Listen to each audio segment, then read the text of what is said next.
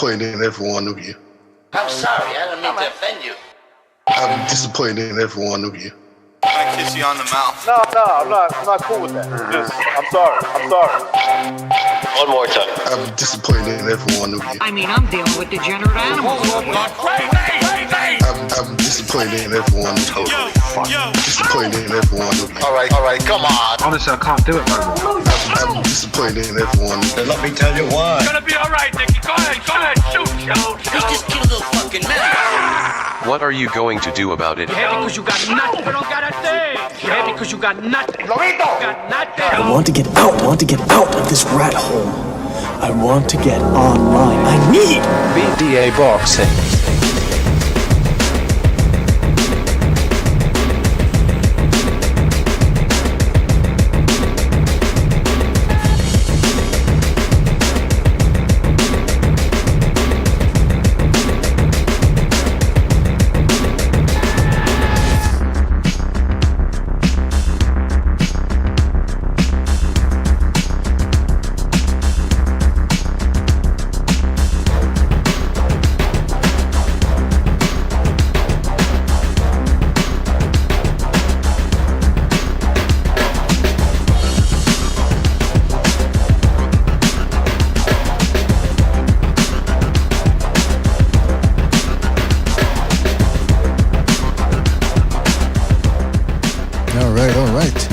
Welcome everybody to the Boxing Podcast, broadcasting to you live from the True North.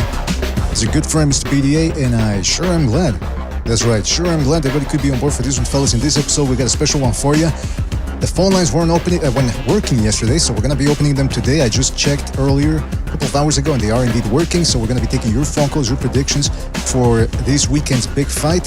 In case nobody calls in, or maybe depending on how everything goes, we might be doing a live film analysis just to back up my points with a little visual evidence. You always got to do that, okay? So we're going to go to that. Before we get down to the fun, let's get the business out of the way, fellas. Don't forget, if you want to donate with the super chat, a couple of shekels, you're certainly welcome to do so. It's always better if you join the membership program. That way you get more bang for your buck. We also have a Patreon right now. People are funding our future documentaries that we are in the middle of working on. Can't really give you a date of when it's going to go live, but it's coming pretty soon. So make sure to support us there as well. But the most important thing is that you guys continue to support us by listening and spreading the BA gospel, hitting that like, subscribing. All right, fellas, that's all we ask. It doesn't take much to do, and you certainly help us out. And don't forget, you can check out all the episodes on iTunes, Spotify, and Spreaker at your leisure. All right, fellas? Don't forget, well, actually, let's not forget some of the people in the chat. I'm talking about Sebastian816, Protectorate General, Handflow Boxing Review, Mars is in there, Uncle Burnt Apostrophe, Protectorate General, SSC in the house. Shout out to SSC, one of the anointed ones. We got Dark Hate Dog, another one of the initiated, Handflow Boxing Review, Lore Blue MBM, Baron Evola, Some Rando, another one of the members. Shout out to Some Rando. Who else we got? We got James Burrell, Bernard, Double L, The Quags, and Some Rando. Again, some of the initiated there. Bray, Jonathan Kidder, Mark T, So Passive Live, Knockout Ned, Ed Dog. Who else? Many more people to come, I'm sure, fellas. Thank you for joining us. Never Sober's in there. Shout out to Never Sober's, another one of the anointed ones. Fight or Flight Boxing, Lucky Zim, Hyperspaz, Quentin Lassiter in there as well. And like I said, many more people to come, I am sure. Alrighty, so let me go check the phone lines. Well, I'm opening up the phone lines right away because, like I said, yesterday they were unavailable, out of operation. And now they're back operational. So if you guys want to call in, make sure to do that. I'll be posting the number. Where is it? Hey, how come I can't see the single comments here? Give me 2 seconds. We will also be taking your predictions, as always. So make sure to stay tuned for that. There we go. Phone number. Hold on, phone number. There we go. There's the phone number. We're gonna be. It's also in the left-hand corner of your screen. So make sure to check that out. I am not drinking black tea today, by the way, because that tends to get me a little bit too shaky, jittery. So I am drinking club soda, and on another cup I got some ginger with water.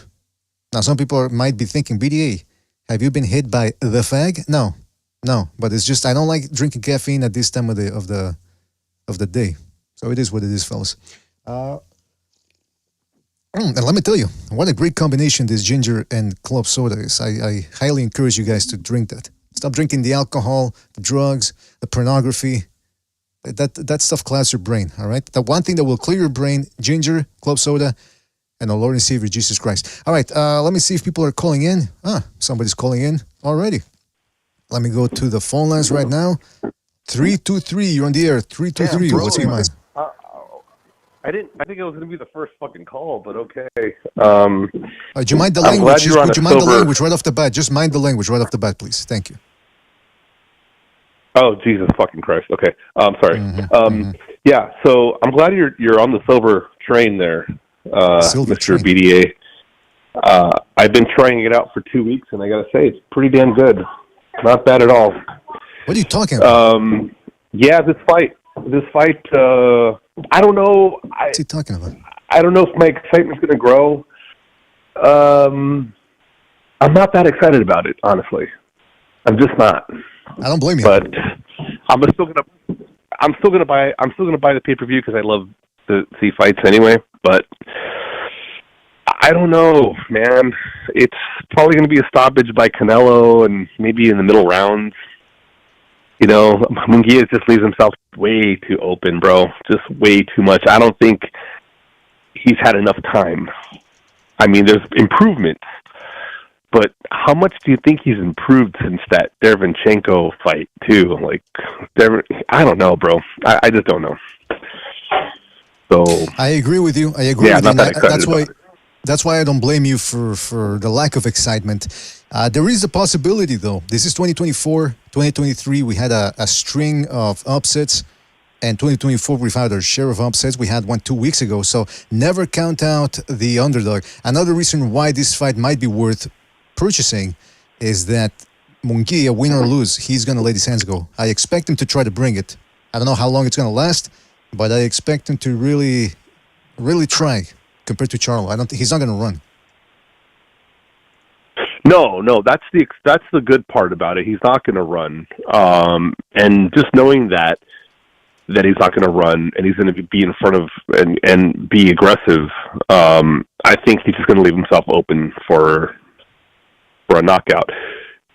But you know what? I know it's going to be exciting because I know that they're going to bring it. I know all that stuff. It's just not the fight that I really wanted to see. Canelo in. That's all. I think that's the frustration with everybody, you know. And I think that's about it, though, man. I don't know what else to say about it. I'm way more excited to see Virgil Ortiz and Tim Tszyu. That fight got me more fired up because I know Tim Tszyu. You know, he struggled with Fundora, but I know that he was on his way to beat him before that cut. I mean, that's just obvious. So I know he's a warrior. He decided to stay in there, and I kind of like his mentality. I don't give a fuck. Like, I lost, so what? Come on. I'm so, you know, he's gonna fight Virgil Ortiz. That's a good fight. So that's what I'm excited about. But you fucking beeping me, god damn it. All right. No, but yeah, listen, I agree with you, especially with the Benavides fight. Compared to the Benavides fight, this is a bit of a letdown. That being said, I'm also curious about what's going to happen after the fight. Obviously, they're going to ask Canelo after the fight, hey, who do you want to fight next? You never know. Maybe they bring in Benavides in the middle of the ring after the bout, the way you know they what? did with Golovkin. You know what, Mr. BD, he says, if anybody brings up Edgar Berlanga, I'm done, bro. Like, I am not watching any more Canelo fights if they mention Berlanga after this fight. If they mention Berlanga, I am like, fuck you. That's all I have to say. This is not, you know, right. Berlanga, that's the rumor. I get you. That's the rumor mill right there. Well, it's a rumor. That's the name around the rumor mill. At some point, Charlo was a rumor, so I'm not too worried about rumors. But listen, yeah, if he fights Berlanga, but what's more likely in your listen? What's more likely? A washed up like has-been that asks for money on a podcast like Jamal Charlo, or Berlanga? Like Berlanga's feeling himself. He got a knockout about 2 months ago, and he thinks he's on top of the world. So I think, especially listen, if Canelo stops Munguia, they're making that Benavides fight. Trust me, it's gonna happen. He has nowhere to go after that, so it's gonna happen, man. I really hope so, bro. I really hope so. All right. Anyway, you guys take care. I'll keep listening. Have a good one, my friend. Yeah, you better, and keep man. up You the better sober keep train. listening. You better keep listening. All right, thank you for your call, my God bless. Take it easy out there, man. God fucking bless. Oh, come on, jeez Louise. This I gotta disinfect the phone here with all that swearing. My goodness gracious, what a potty mouth. Don't forget to hit the like, fellas. Hit the like. It really helps us out. We're gonna be here for at least another 2 hours, I expect, if everything goes according to plan. And right now we're taking phone calls. It is a phone call, a call-in show / film analysis show. All right, a little bit of both. Let's go to our phone call here. Let's go to 347. 347, you're in the air. 347, what's on your mind? What's up, fellas? It's NPR. How you guys doing? NPR, good to hear from you, man. I'm here solo right now, Mr. BDA, but always good to hear from you, man. What's up?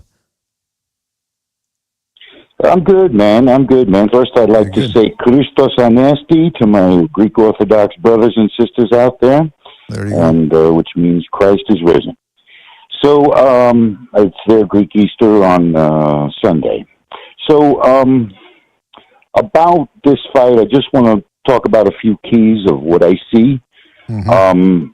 And I'm not going to put whatever the outcome of this fight. If Canelo fights the same way he fought Ryder, which was he's loading up on his punches, and the same way he fought Charlo, loading up on his punches, he's doing a disservice because we know he doesn't have to do that. And I think it would be playing into Berlanga's hands if he does stuff like that, just loading up on everything, because you see those shots coming.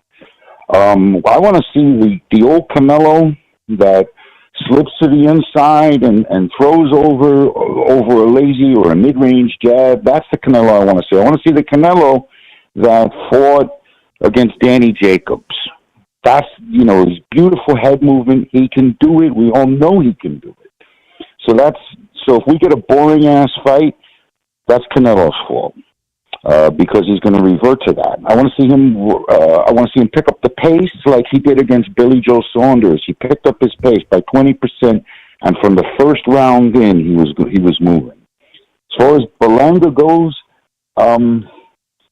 he stays in the pocket too long. I mean, he stays and throws these 5-punch combinations. If he does what he does against even John Ryder, he's going to lose real bad.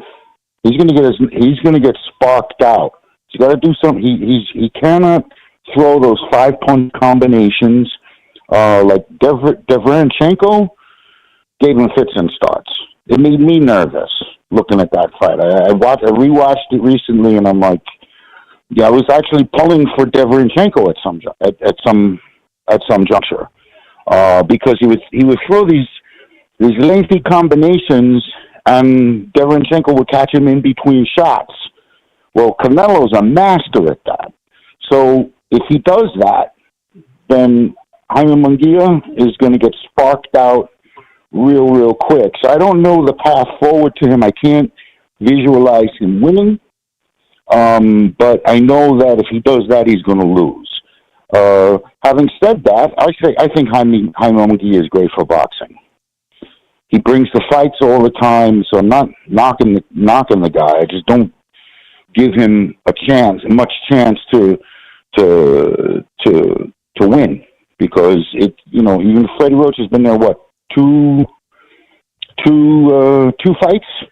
That's not enough to change what he does and to focus in on altering what he's been doing his whole career.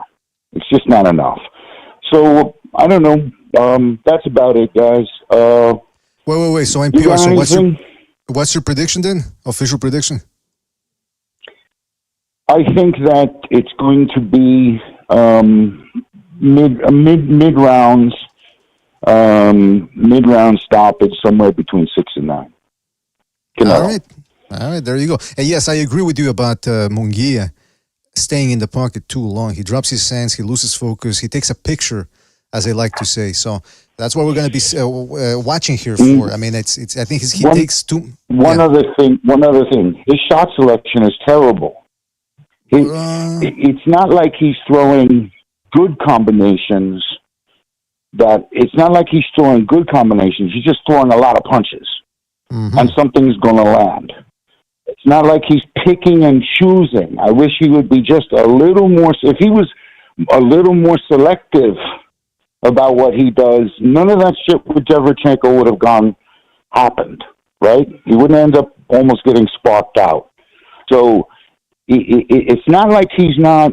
It's not like he's not on the cusp of being something good. It's just he hasn't had time to develop. And I only wish this fight had happened for Munguia.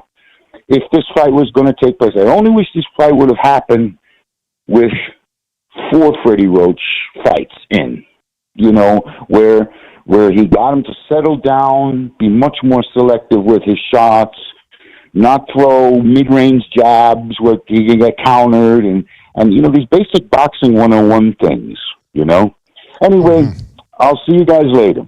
All right. Thank you for your call, NPR, and call back next time. Take it easy out there. All right, bye. Take it easy, man. Yeah, that's one big point there about Munguia. He stays in the pocket too long. He drops his hands in the mid-range. He gets himself hit. There's some people like to say, when you criticize a guy's defense, they go, oh, well, it's boxing. He's supposed to get hit. Boxers are supposed to get hit. But can we agree that some boxers get hit more than others? That's why some fighters are labeled as defensive masters or defensively responsible, whichever term you want to go with. We know that there's a distinction between guys who get hit a little bit more than others. Munguia is one of the guys that he gets hit a lot. I mean, you want to talk about some of the fights he's been in and how many times I've seen his head rattled to the side. Left and right, back, looking like John F. Kennedy in there. I mean, he takes it because he can get away with it. He's confident in his power. That's one of his big attributes. These guys got heavy hands. NPR said that. I agree with a lot of what he said. I just want to make a little point here about combination punching. The aim of combination punching is that if you miss the first 2 or 3, whatever, at least you land the last one. So in other words, if you throw a 5-punch combo, it's because you're not looking to land all of them. I mean, you hope they do, but usually it's so that you can actually land something. Now, the good combination punchers actually know how to set up a guy with the first 2 shots, and they anticipate where the opponent's going to be, and then they can land the 3rd and 4th shot. So in that regards, NPR is correct in that Munguia is not the best at sort of knowing what he just throws punches for the sake of throwing punches, but that's why he's been undefeated so far, because whether the fights are close or not, he manages to hurt his opponents and get them backing up and show the judges that he's the guy who's making the fight and scoring the harder shots, the more effective shots. Tail of the tape here, just in case people are unfamiliar with who we're talking about here. Canelo's 33 years old, Munguia's 27. Canelo's been a pro for 18 years, Munguia for 10. Canelo's listed as 5 feet 8 inches tall. Might actually be 5'7" and a half. I mean, I don't know who to believe here. They have Munguia 6 feet tall. Maybe. Again, if you go by my rule, which is that you deduct an inch and a half or a full inch, he's probably 5'11", maybe 5'10" and a half. But it's interesting. Look at this. Canelo's got 60 wins. 64 fights total. He's been fighting since he's 15. The training camps can take a toll, even if the fights aren't all that difficult. So he's got some mileage on his clock. Munguia, even though he's 27, he's had 43 fights as well. That's more than. I mean, there's people at his age that don't even have half the fights he's notched. So he might have a little bit of wear and tear in his odometer as well. Don't forget to hit the like, fellas. Hit the like. Really helps us out. This is the official call-in show, so make sure to call in and give us your thoughts on everything and anything. And I'm also going to be playing a couple of clips here, sort of to try to back up what I'm talking about. One of the big questions going into this fight, can Saul Alvarez repel a strong, big, determined volume guy like Munguia? Now, when I say volume, I say that with a little bit of hesitation because he's not a Margarito type guy who throws 70 to 80 to 100 punches per round. But he does let his combinations flow, especially when a fighter is stationary. Now, Alvarez is not a runner, so some people could say, ooh, that's bad news for him because he's going to be giving Munguia chances. But, and I say, we keep saying this about Canelo versus Benavides, he doesn't need to move. That's like telling James Stoney, hey, man, you should really get on your toes and start that. Why? It defeats the purpose of his approach, which is to stand in the pocket, mid-range, make you miss, make you pay. That's what Canelo does.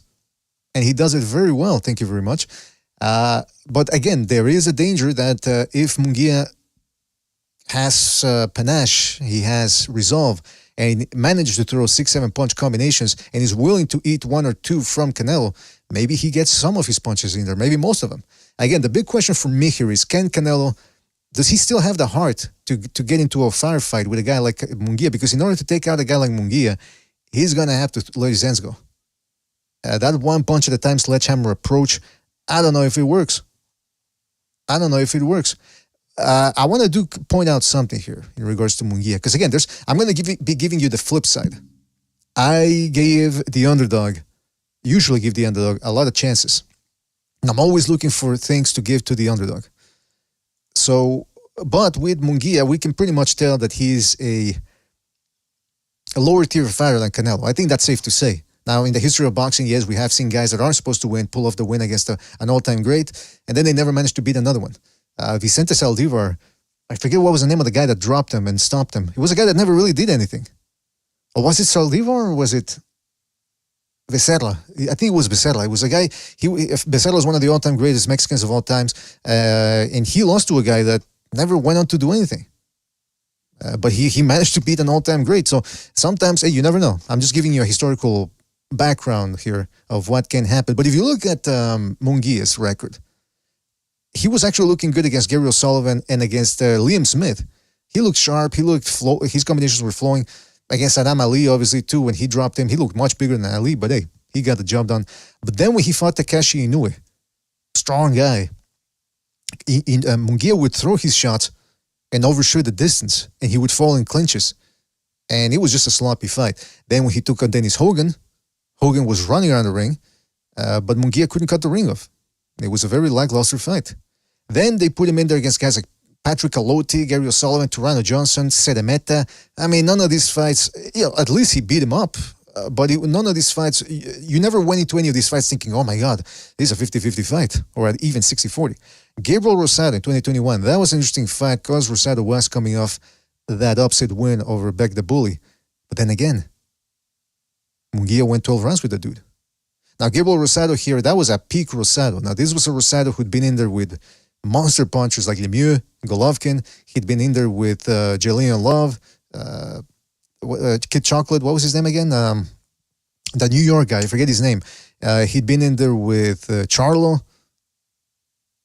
I mean, he'd been in there with some of the biggest names in there. So he wasn't really intimidated by Munguia, and he gave him a good fight. Now, there's no shame. I mean, it's not like Munguia lost. But again, if he really is that guy, I would have expected him to, I don't know, drop Rosado a couple of times, stop him. Maybe I'm asking too much. I don't know. Then Demetrius Bayard. I forget which fight that was. Again, it's a non-defeated guy, but where has he been since then? Then Jimmy Kilrain Kelly, who looks like a guy straight out of the 1800s, bald head, mustache. He was giving him the business. And Munguia bailed himself out with his power. Then the Davidachenko fight, that was a bad look for him. That was a war. It shouldn't have been. So what I'm saying is, if he really is that guy, he wouldn't be struggling with some of these guys. Then finally, against John Ryder, this is the fight that got him that's the win that got him this fight. But then again, the question is, how good was Ryder really at this point? I mean, I don't know. I have my doubts. I give him a lot of credit, though, because I didn't expect him to stop Ryder. But the way I've always seen, well, not always, but for the longest time now, I've seen Munguia's career as being very Zurdo Ramirez type. But he's at the peak of his powers now because of that John Ryder fight. He's got the biggest fight of his life coming up, biggest payday of his life as well. I don't think he's going to run around like Charlo did. That's not in his DNA. And I think Charlo too got a little too complacent at 154, running around the ring and having his power bail him out. He expected he was going to do the same thing with Canelo. And I'm sorry, Canelo's got too good a chin, iron chin, and good defense too on top of that. So, and there were people in the build-up to that fight that were starting, on fight week, they started giving Charlo a chance. There were some people on the Discord who gave him a chance. And listen, whether they would have fought at 154, 160, 168, Canelo always beats Charlo. He's just a superior fighter than that dude. There's levels to this game. Shout out to Lobito for his contribution. That's Gonzalo for his contribution with the super chat. Shout out to him. He says, this is the biggest weekend for Tijuana fighters in boxing history. I don't doubt it. I don't doubt it. I mean, we've seen better fights on paper, but this is, Munguia undefeated taking on a guy who's one of the, if not the biggest name in boxing, one of the biggest names in boxing. And so, yeah, man, this is a fairly significant fight. Shout out to So Passive Live for his contribution with the super chat. He says, Canelo carries Munguia to a decision. We shall see. We shall see. I tell you what, man, Chavez Jr., I think, has a better chin than Munguia. But on the other hand, Munguia, I do believe, has bigger cojones than Chavez Jr. I think he's going to his detriment, he might let his hands go and walk into something, but I don't expect, and even if he goes on the defensive, I don't think he can do it like Chavez Jr. did or like Charlo did. And he doesn't have that tight defense where he can withstand hammer shots the way, what's his name? John Ryder did. This is an interesting fight, man, because Canelo couldn't take Ryder out of there, but he did beat him up. Meanwhile, Munguia did stop Ryder, but he didn't really beat him up that much. And it reminds me a little bit of the Caleb Plant, David Benavides, Canelo trinity, where Benavides did end up bloodying Caleb Plant late in the fight, but he couldn't stop him. And Canelo did stop him, but what does that mean? At the end of the day. So it's a little bit of the same trinity here going on, and I think people are having fun looking at that. The other interesting thing about this is, well, actually, okay, let me check the phone calls, all right? By the way, fellas, don't forget the phone number is right there in the left-hand middle portion of your screen. If you want to call in, give us your thoughts on the fight this weekend. I put this film analysis fairly quickly, just a couple of clips we can look at. It's a little disorganized. I'm not relating them too much to other clips, but one thing you will notice here, this is Munguia against Rosado. Munguia does have some craft. Notice how he feints, another feint there by going low, and then notice how his feet, look at his feet. See how he changes the angle there just slightly to be able to get that left hook, and then where does that left hook land? Look at that nice shovel hook right behind and under the elbow, boom.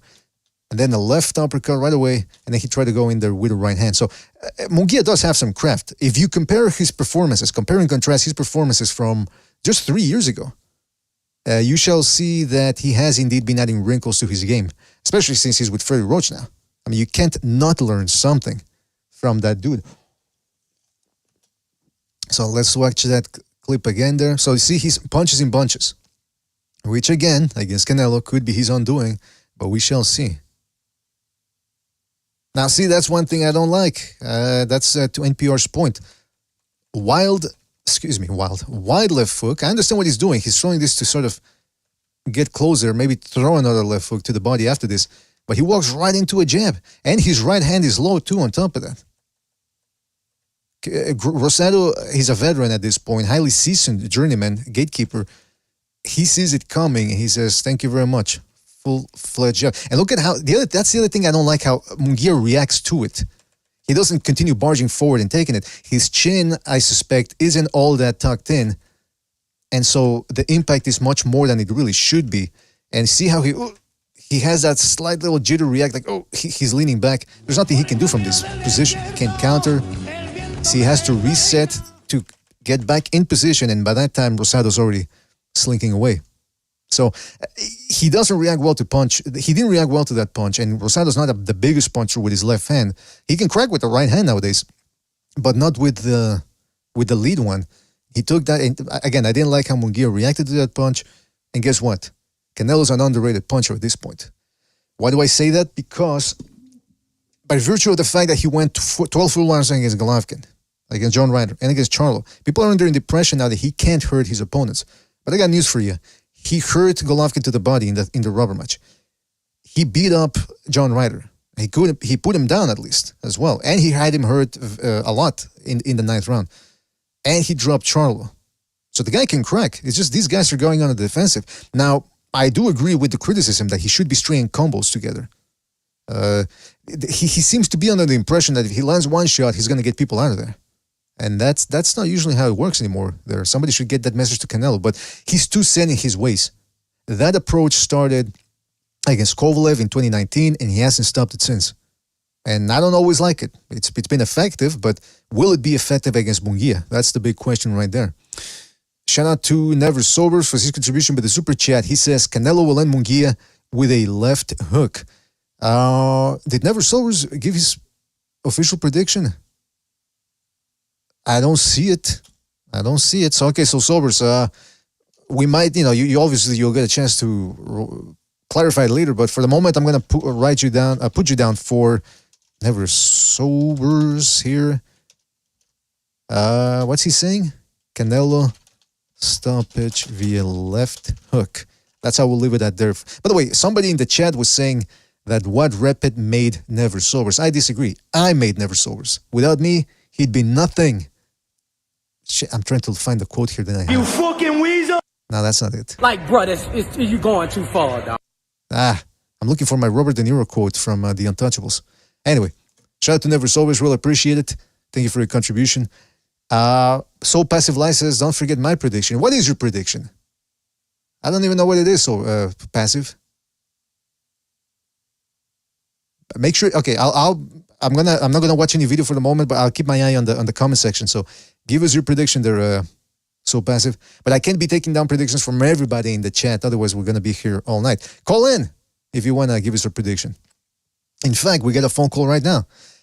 Caller, stay on the line there. Give me 20 seconds. I will be writing down his prediction. No, he says, I gave a super chat. All right, my bad. Let me just go back to the super chats here. See what we're cooking with. Canelo carries Munguia to a decision. Okay. Okay, I got you. So Passive Live says Canelo's going to carry him. I don't know. You guys think that's likely? You think he's going to, fellow Mexicans, like, I don't want to knock this guy out. So Passive Life says Canelo carries Munguia. I don't know, man.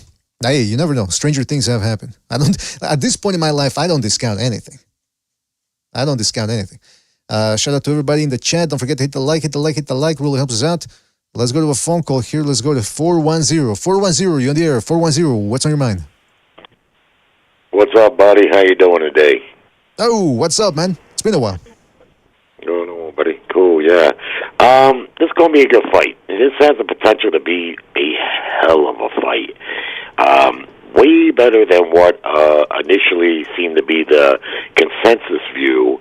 Jaime Munguia, it's true, his level of competition over those 40-plus fights has not really been what you would expect from someone with that many fights, okay? That's true. However, he is undefeated, and he's younger. He's an athletic fighter. And even though he has 40-plus fights, it seems like in his last 2 or 3 fights, he's really coming into his own.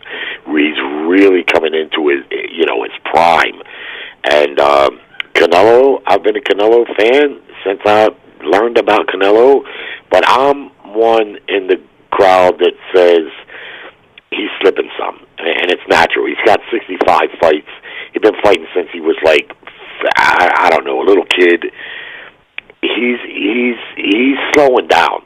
The going the distance with Golovkin in that third fight, Golovkin, I'm not going to say he was shot, but he was not the same fighter. Then he goes the distance with Ryder. Yeah, he put some hurt on Ryder, but still, he couldn't get him away. Then he fights Charlo, moving up 2 weight divisions. He can't do away with him. And Canelo, ever since the Kovalev fight, he's always been a good power puncher, but he would mix it with his boxing. It would be power boxing.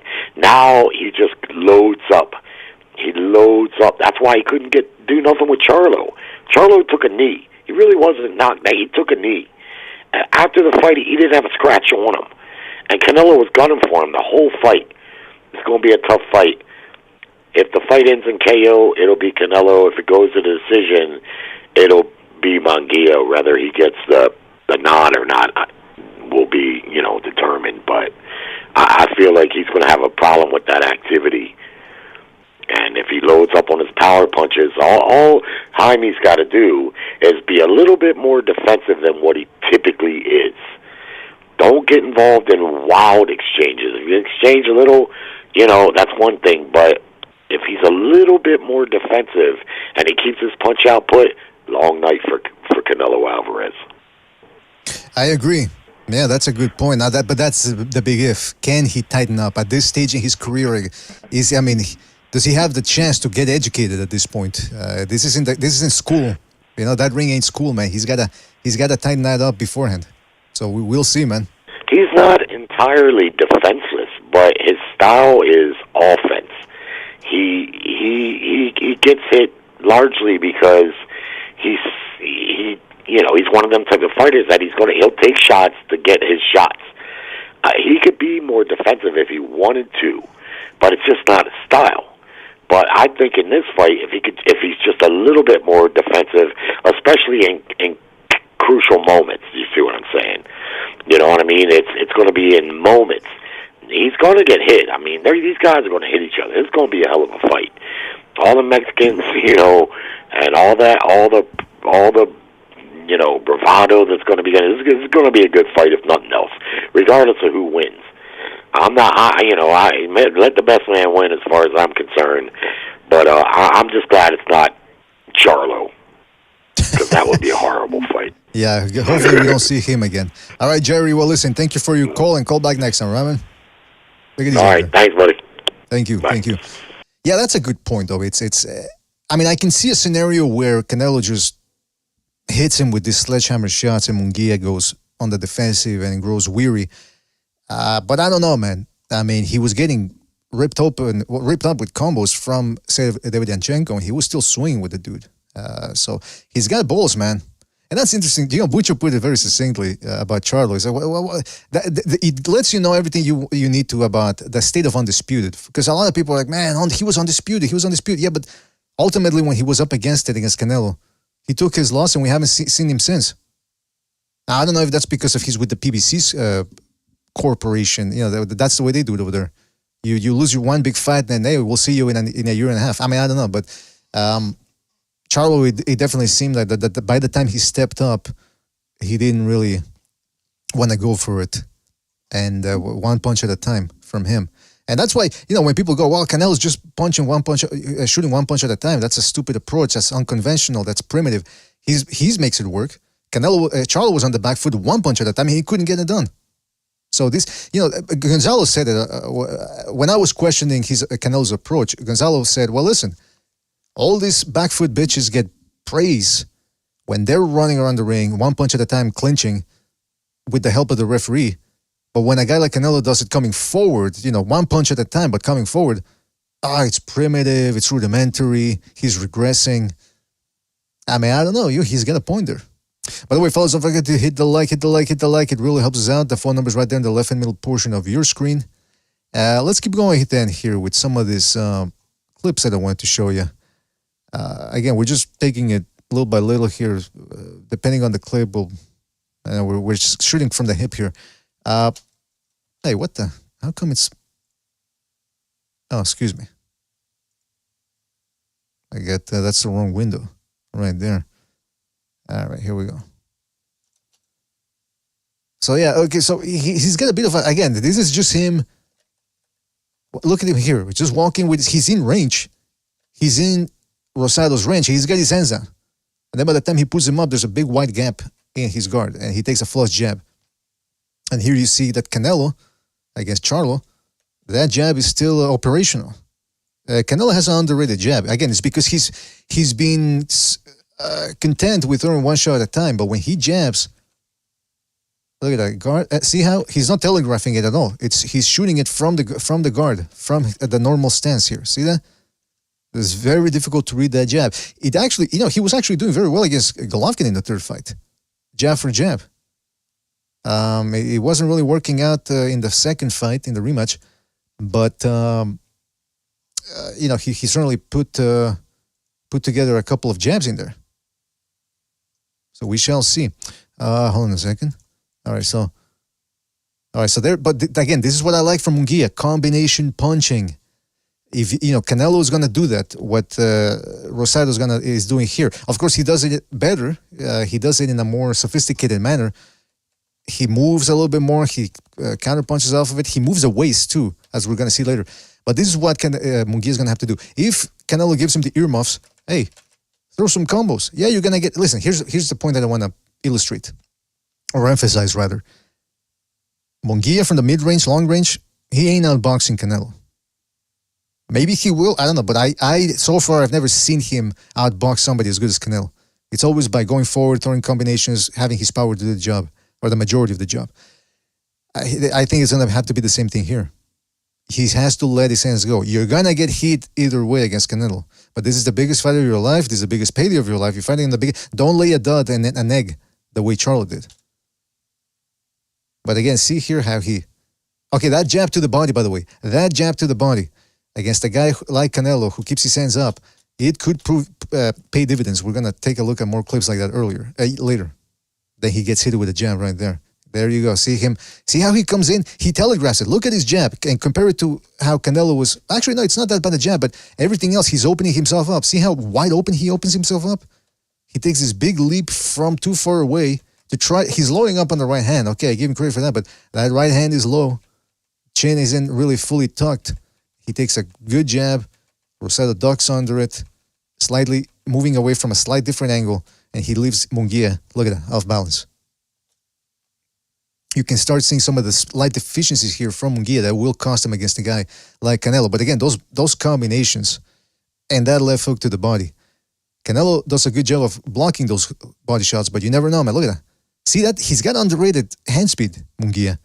And I don't know how Canelo's going to react to that at 33 years of age, with that wear and tear. There you see him, though, getting hit with some jabs.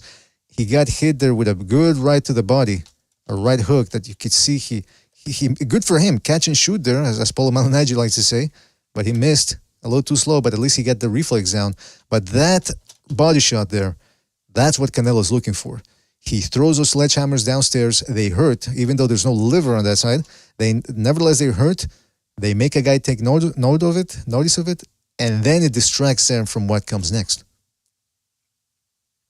There you go with Munguia with some combos again. Look at that. Look at that right hand. He really puts a lot of mustard and a lot of follow-through in it. But he's slightly open there again. But see that? Look at that right hand. That's how Davidiachenko was catching him with left hooks. Rosado had balls too to exchange left hooks with him, but there he got caught with one. And look at that. See how it stunned him a little bit? That was on the top of the head. See that? Top of the head. That's what I'm going to be looking for in this fight. Canelo tucks his chin in very well and blocks it very well. But he's fighting a guy who's legitimately heavy-handed here. And if he gets hit on top of the head, how's he going to react to that? Remember Cotto's Jose Cotto, Cotto's brother, was able to stun him, wobble him. I know it was, 13 years ago, and it's a whole different Canelo here. But I'm going to tell you, man, when you get a legitimately heavy-handed guy, if he hits you on that temple, he's going to discombobulate you. Let's continue watching here. But again, Munguia lives by the gun, dies by the gun with that right hand so very low when he's throwing that left hook. Again, look at those body shots. Those lefts to the body. They are straight right, then a left jab, and you can tell Rosado's feeling them. One or two, okay, you can take him, but every other round or every other second, it starts taking its toll. The guys start to take notice. They start bending over a little bit, bending down, and then they're open for overhand shots upstairs. So I think that's and with Canelo's guard and turtle shell defense, I think that could pay dividends for Munguia.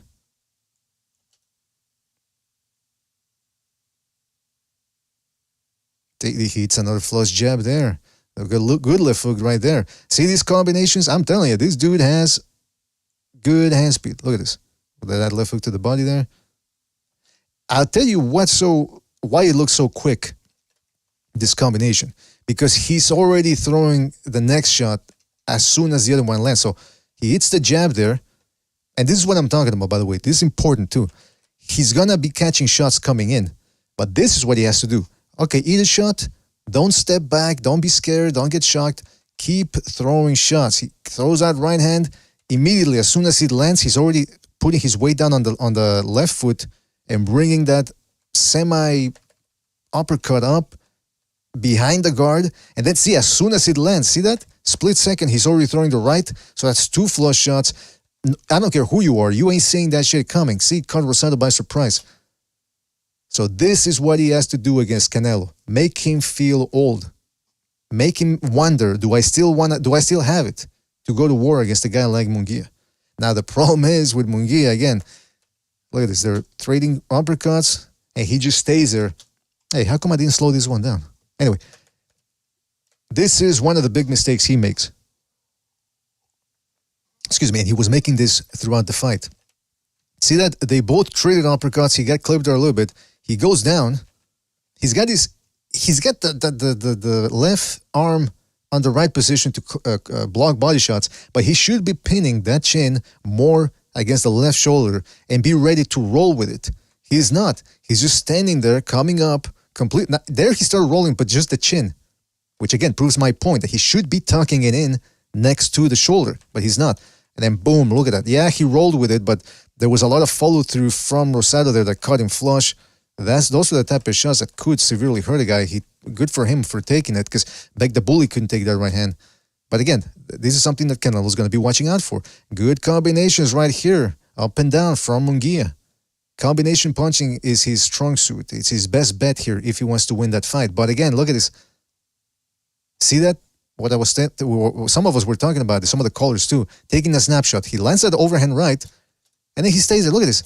He's in range to be countered. What's he doing just standing there? And I don't know, his knees seem to be buckled a little bit. Just a little bit.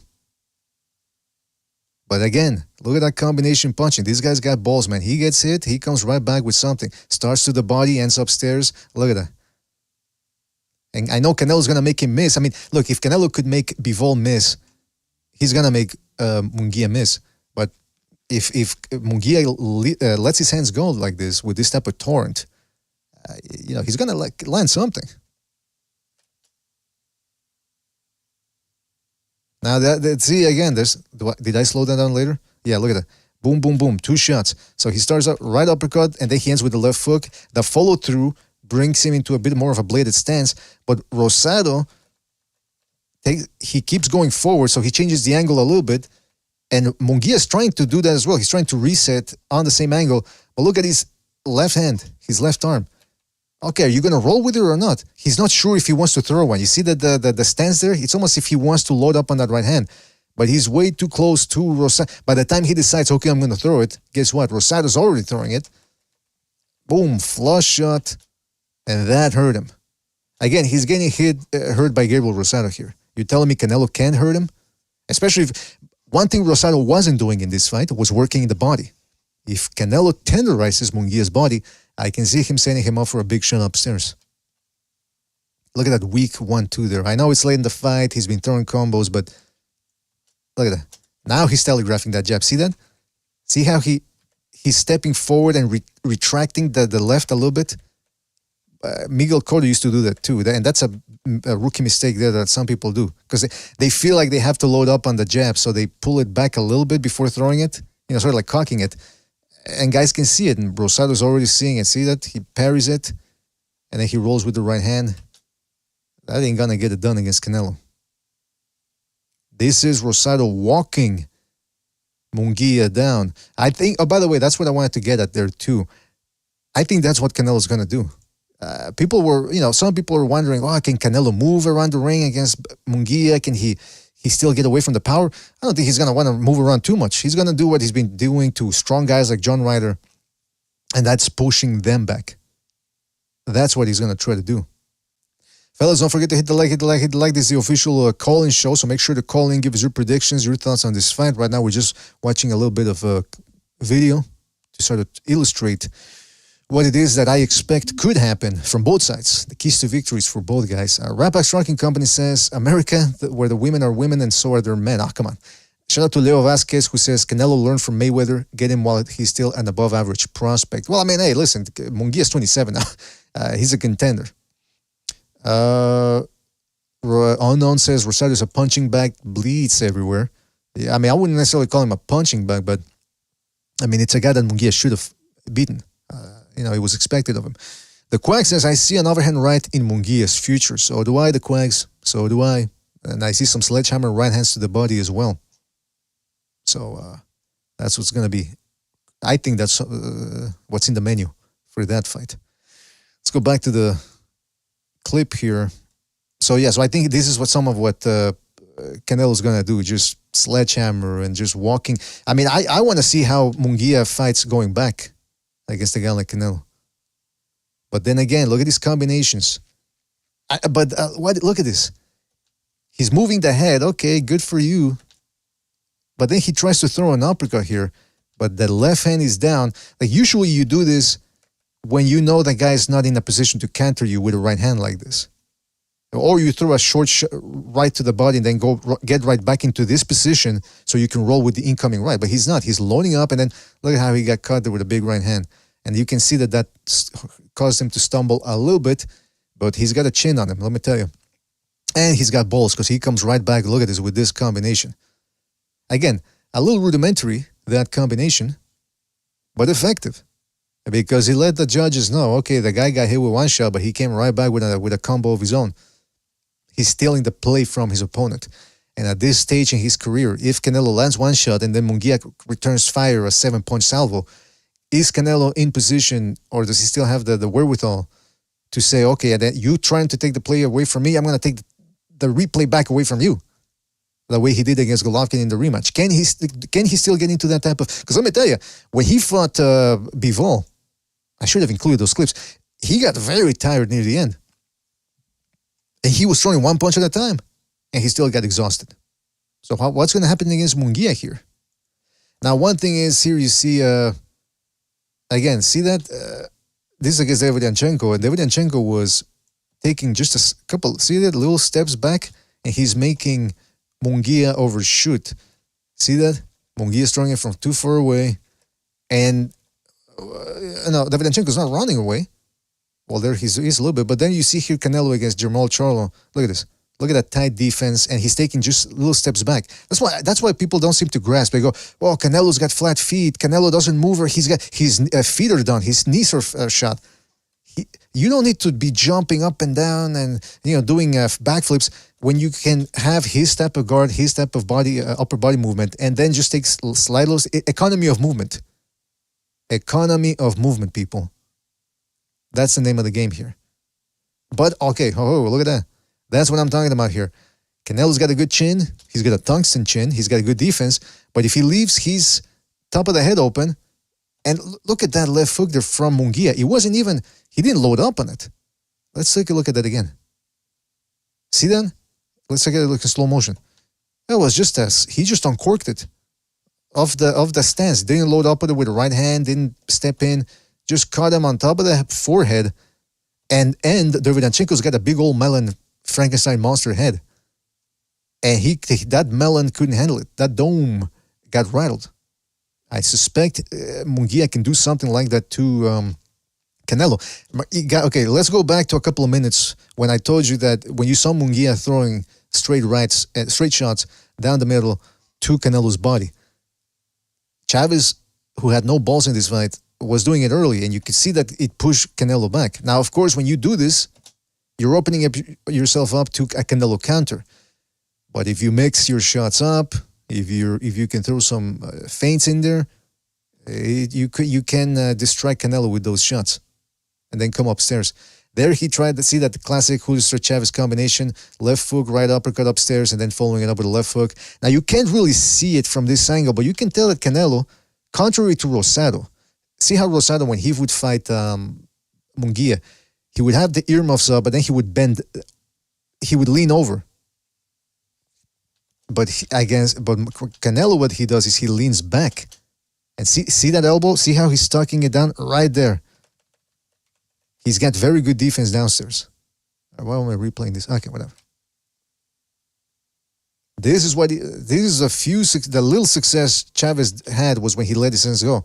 Little right hand, left hook, and Canelo was too slow rolling with the right. He actually stepped into it and took it there. But he's got a good chance. I was able to absorb it. But this is what Munguia has to do. Let your hands go. Something's going to land. But then Canelo just, see that, rattled him. And he's backing him up. I think that's what he's going to try to do early against Munguia. I think Canelo's going to try to set the tone of, I'm pushing you back. Try to really mentally shock Munguia, because Munguia is the one that's been used to now using his strength, his power to bully guys. That's his big advantage. So if Canelo takes it right off the bat, mentally that could play tricks on Munguia. This Canelo against what's his name, Charlo, and you can still see that when he wants to, he can still throw some simple combinations. Sledgehammer right hand. So now Charlo's thinking, okay, he's loading up upstairs. I got to mind my P's and Q's. Another, this one gets through, and then immediately a left hook. See that left hook right behind and under the elbow right there. Canelo is very good at going to the body with both hands. He works both sides of the body, and that's what allows him to pinpoint that sledgehammer shot. But look at him here. See, again, there's some good things and some bad things here from Canelo that maybe Munguia can exploit. That jab gets blocked by that tight defense, but then see how he's open to jabs, the plexus right there. That's what I want to see Munguia throw. It's not always going to work. I mean, just if he just does that, that's not enough. He's going to mix it up. But Munguia can throw those type of jabs downstairs, and then before, maybe feint the next time as if he's about to throw it downstairs, and then come up with a looping shot upstairs. Or maybe even a jab upstairs. I don't know. But then you see here Canelo, what makes him so effective is after that jab to the body, notice how he tucks his chin in so much that the jab actually slips through his forehead there. And then he moves away from the left hook, catches it on the forehead, didn't catch it on the chin. And because his chin is tucked in, his head didn't get rattled to the side. See that? And look, notice how he kept his left hand up at all times, looking for that Charlo right hand. See there, taking little steps back again. Again, people keep saying, oh, he's got cement feet. He doesn't have, if he starts running around the ring like he did against Golovkin, his game is less effective. He learned from that first Golovkin fight, like, hey, I'm not going to beat Golovkin running around the ring doing the ass style, the American slick style. I actually have to take the offensive and push that guy back. But when he wants to, see, he mixes it up. He blocks, or sometimes he'll block and step back. But again, this is how Charlo was trying to, people say, oh, Charlo didn't try. He tried what he was accustomed to. And that is waiting for a guy to throw and then catching him. And see here, I told you that Canelo is going to be working Munguia's body, trying to tenderize it with those sledgehammer rights to the body. But he leaves himself open. Anybody's open when they go to the body. And here, he got caught with a good left hook. Now, again, remember, Munguia can rattle people upstairs if he catches them on the temple. Again there, see that? And it even seemed, I don't know, did Canelo stumble a little bit there? Or was it just because he thought maybe he thought Charlo was going to move to the left and he was trying to cut off the ring? It looks like a stumble there. That was a forehead shot. But then again, look at that. Again, Canelo, see, that's that Ryan Garcia move. I think Canelo showed it to him, perhaps. Feint, because now at this point, Charlo is expecting a sledgehammer shot upstairs. He didn't expect. See, he's been hitting with lead left hooks upstairs, right hooks downstairs, and now Canelo says, whoop, feints and loads up with a big old wallop downstairs. And you look at, see how he stepped down there, Charlo, a little bit? He felt that shot to the liver, man. But Canelo, again, didn't really. Again, that is the big criticism I have of Canelo, is that he doesn't really seem to. He's content with that one punch at a time. But then again, look at that. See again, Charlo did get some counters in there. Canelo thought that the left hook was going downstairs. He got hit there with a one upstairs, but Charlo leaned into it. Look at that. He loaded up. That's the type of left hook that was dropping Castaño and Rosario. Canelo's got a tungsten chin, though. That's why he's got the confidence to walk these guys down. And see, but that's the thing I really disliked about Charlo. Charlo was looking for one punch at a time. Because, see here, he lands that right hook behind the guard and then immediately is moving away. Munguia, if he lands that right hook, he's going to be following it up with a left uppercut, right hand, then a left hook to the body. That's what he needs to do. And see, again, just when people keep saying, oh, Canelo's feet, he uses them when he wants to. He misses with that left hook. See that lead left hook? Charlo weaved under it. And Canelo says, oh, shit, he can actually strike from this position. And uses his lead hand to control Charlo, sort of blind him. And at the same time, he takes little steps back. And notice how defensively responsible, how immediately, as soon as he missed and he sees that Charlo could get something there. Oh, look at that right hand there next to the chin and takes a little step back, out of position. And by the time Charlo's coming back up to try to launch something, Canelo ain't there anymore. Right hook to the body, but again, he's going to have to watch out with these right hooks to the body when he goes to the body against Munguia, because Munguia's got a dynamite left hook, and he could get countered there. Same thing here. This was Charlo's game. If you watch that film analysis that we did prior to the Canelo-Charlo fight, this is Charlo's game. He weaves under shots, and then he loads up on the left hook, and this is usually what got the job done at 154. 168, though, against the guy with a granite chin, wasn't really going to work out. Again, look at that defense there from Canelo. And then Charlo just going on the defensive right there. Look at this. Hold on a second. That's not it. That's not it either. There. Canelo, see, he's got the earmuffs, so Charlo thinks, okay, let me go get at him. I'm going to try to get that behind the guard. But now Canelo mixes it up a little bit, says, you know what, I'm actually going to take a little step back. That jab fails to get to the guard. And then immediately Canelo starts putting pressure again. He puts pressure with his feet, not necessarily with volume anymore, which is something that I'd like to see more of, more volume. But so far, it's proven to be effective. Fellas, we'll continue this in a couple of seconds, but I want to remind people to please hit the like, hit the like, hit the like. It really helps us out. Where are we at with the likes? We are at 77 likes. Listen, let's get it to 23 people hit it. We're at 100. So if 23 people hit that like, we are at 100. I'll be taking a phone call, and I expect 23 likes, please. Please, please, please. It really helps us out. If we don't, well, I'll tell you later what I'm going to be doing. Let's go to the phone call here. Let's go to 404. 404, you're on the air. 404, what's on your mind? What's up, BDA? This is Coach Eddie. How's it going? Oh, Coach Eddie, what's up, man? Nothing much, brother. Hey, good show today, man. Good film study, too, man. I was checking out your content. You're breaking it down real good, man. Thank you. Yes, sir. Like I say, Jaime, he has a chance. He's a live dog, man. You know, to me, it seems like Canelo is like 40 years old, but he's only 33. Just because he's just been around. He's been around so long. You know what I mean? Right. He's been around a long time, man. I mean, I remember watching him on HBO. You know what I'm saying? Like 14 years ago, he was only 20-something years old. He just seemed like a old 30. He had a lot of fights, and to me, he'll be 34 in 2 months. He's not past his prime, but he's not in his prime either. He's reaching. He's in that gray area right there where he's kind of not all the way in his prime, but he's not all the way gone either. So Jaime Munguia has the tools, to beat Canelo if he comes in and first of all, don't show him too much respect and let his hands go.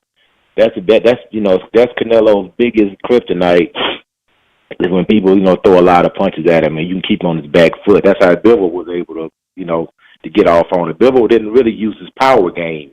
He just used his volume punching on Canelo because he didn't load up on punches because Canelo's good at, catching punches, slipping out the way and countering. So a lot of times you have to dial your power back because you don't want to overcommit and then miss, and then next thing you know, you'll get countered with either a vicious body shot or, something up head, up top, you know what I mean? But he got Freddie Roach too, man. I'm pretty sure Freddie Roach is really looking forward to the challenge and wanting to see if he can, beat Canelo, you know what I mean? Because that'd be a feather in his cap. If he can come up with a game plan, go in there and they can use the game plan and beat Canelo, I mean, that's a huge feather in his cap also. So I think it's going to be a good fight. I think it's going to go to a decision.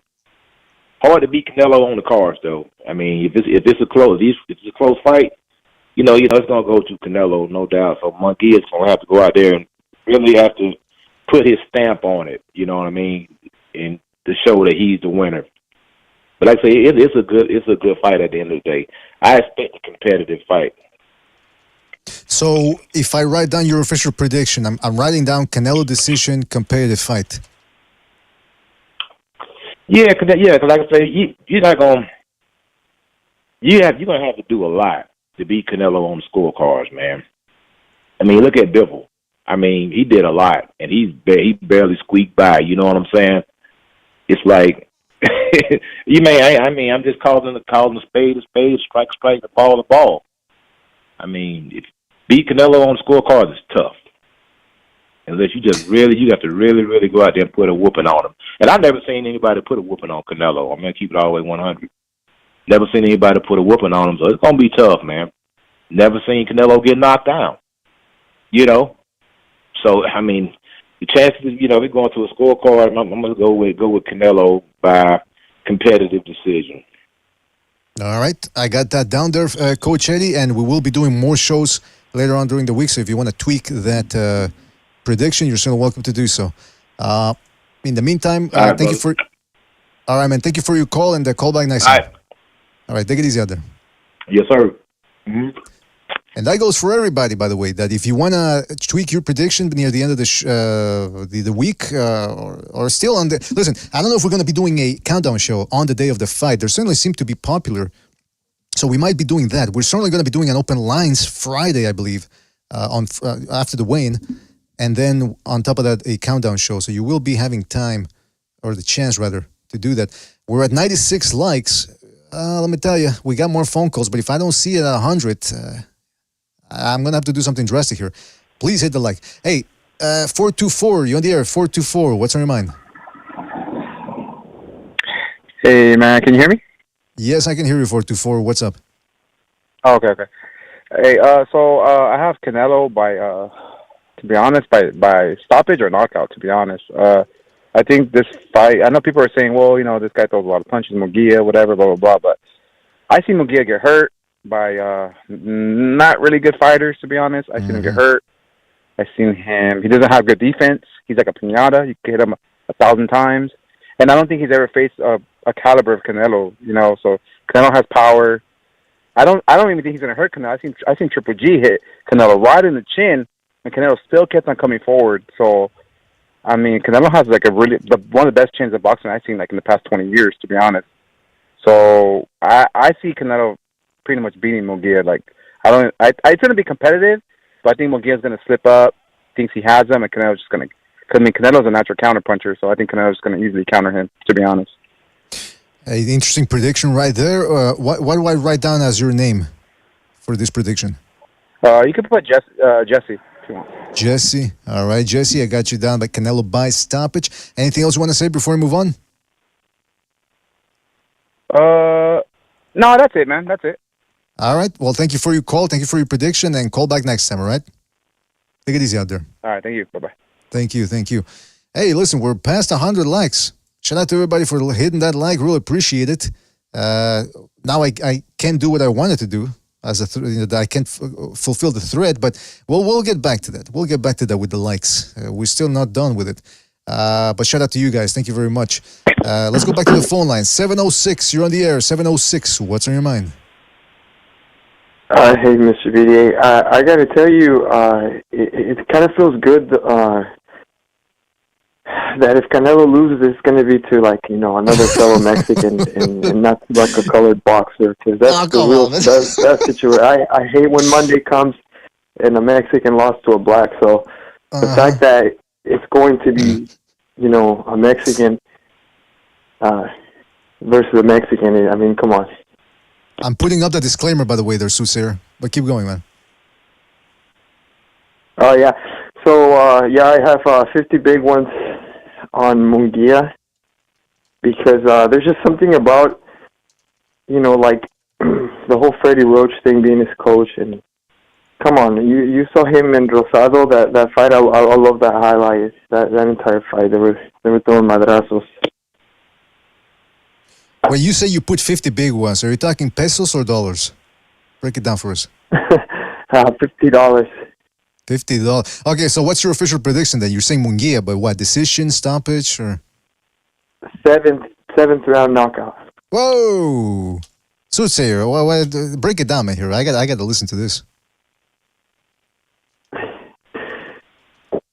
Well, you know how I guess they say Canelo's kind of a late starter. Would you say? Late starter? Not lately. Well, yeah, okay, yeah, let's go with it. Let's say, he's slow to get the engine going. Doesn't he gather his data? Yeah, he's downloading the data. I think like a lot of people have said, like I think Freddie Roachman just has it out for Mexicans, like just for starters. So I think this is going to be like that other guy said. This is going to be like a big deal to him because I feel Freddie Roach is like taking Mexicans down, by training Munguia. Well, let me ask you this though. He's training a Mexican, so I don't know if that theory of yours pans out all that much. But I wanted to. Okay, so I got you. Well, yeah, because Munguia's going to lose. Go ahead. It is because Munguia's just going to lose it the next fight he's in. Like I don't think he's going to win. All right. Well, we shall see. We shall see. Indeed, there's here. Before I let you go here, I do want to get your thoughts on. I know you're one of the big Isaac Cruz fans, and to me, okay, he beat Roy Romero. I don't see that as this big monumental win, but you certainly do seem to think that Isaac Cruz is the truth. How do you think that one goes? Well, why are you downplaying his fight against Gervonta? I mean, because I don't even really think that highly of Gervonta Davis either. You see, I think you're delusional about that. I think you can. I mean, I don't. Why do you not? Come on, BDA. I don't like them as much as the next person, but okay, you gotta admit, Who's them? Who's them? What are you talking about? Who's them? You got the disclaimer up again? No, go on. I got the beeping ready here. I don't want you. I don't know, man. The niggers. Okay. No. You didn't. I didn't hear that. But you're saying that Rayo. So I asked you the question, by the way. You didn't answer it. Rayo versus Cruz. What do you think happens there? I got Pitbull again, man. And don't you think this like raises the bar? Like he's gonna go out there and it's gonna be like a Mexican style versus Mexican, right?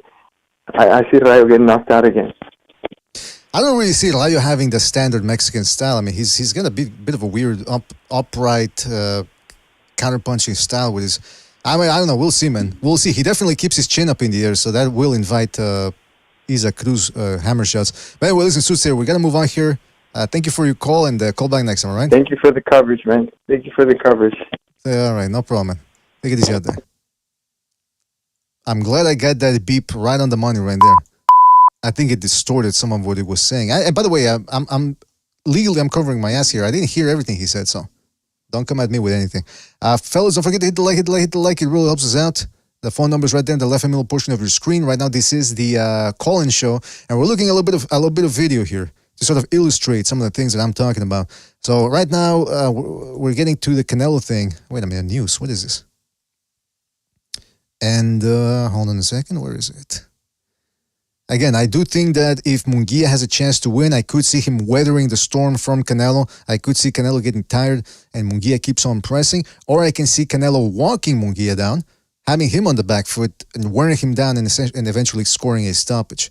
And then afterwards, people are going to go nuts and they're going to go, whoa, him versus Benavides, man, that's the fight to make. Now it's really going to, neither guy is going to have anywhere else to go. So you see here Canelo stepping in there. He makes, what's his name? Charlo miss. See, he takes a body shot. And now interesting here, Charlo knows what he's doing. After the body shot, he turns. See that? And with the left hand, he sort of keeps Canelo pinned down there.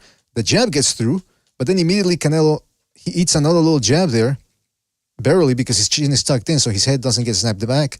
The right hand fails to get through, and then by the time Canelo's stepping back, see that he's got his chin tucked in, guard up, and he didn't catch the last two shots. But you see that some shots did get through early.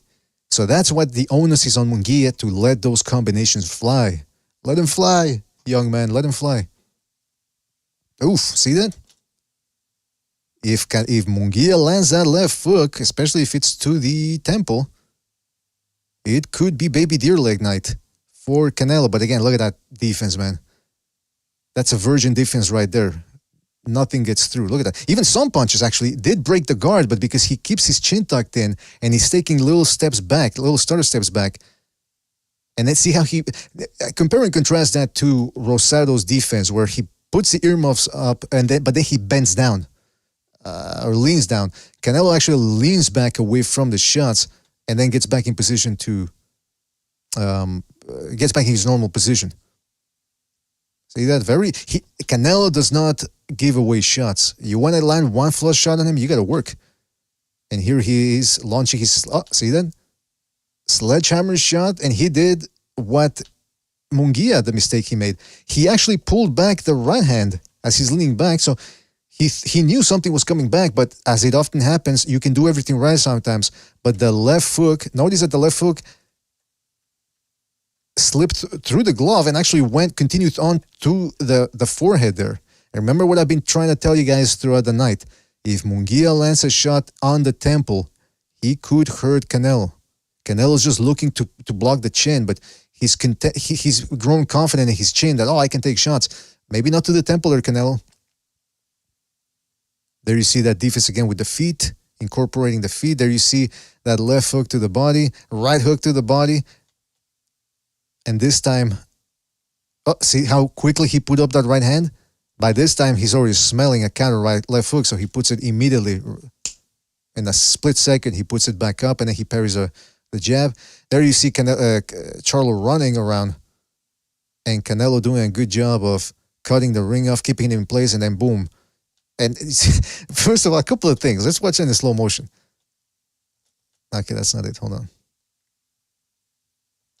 So Charlo, now he's running. See that? And so Canelo tries to hold him in place with double left hook, triple left hook, lands the right hand on the side.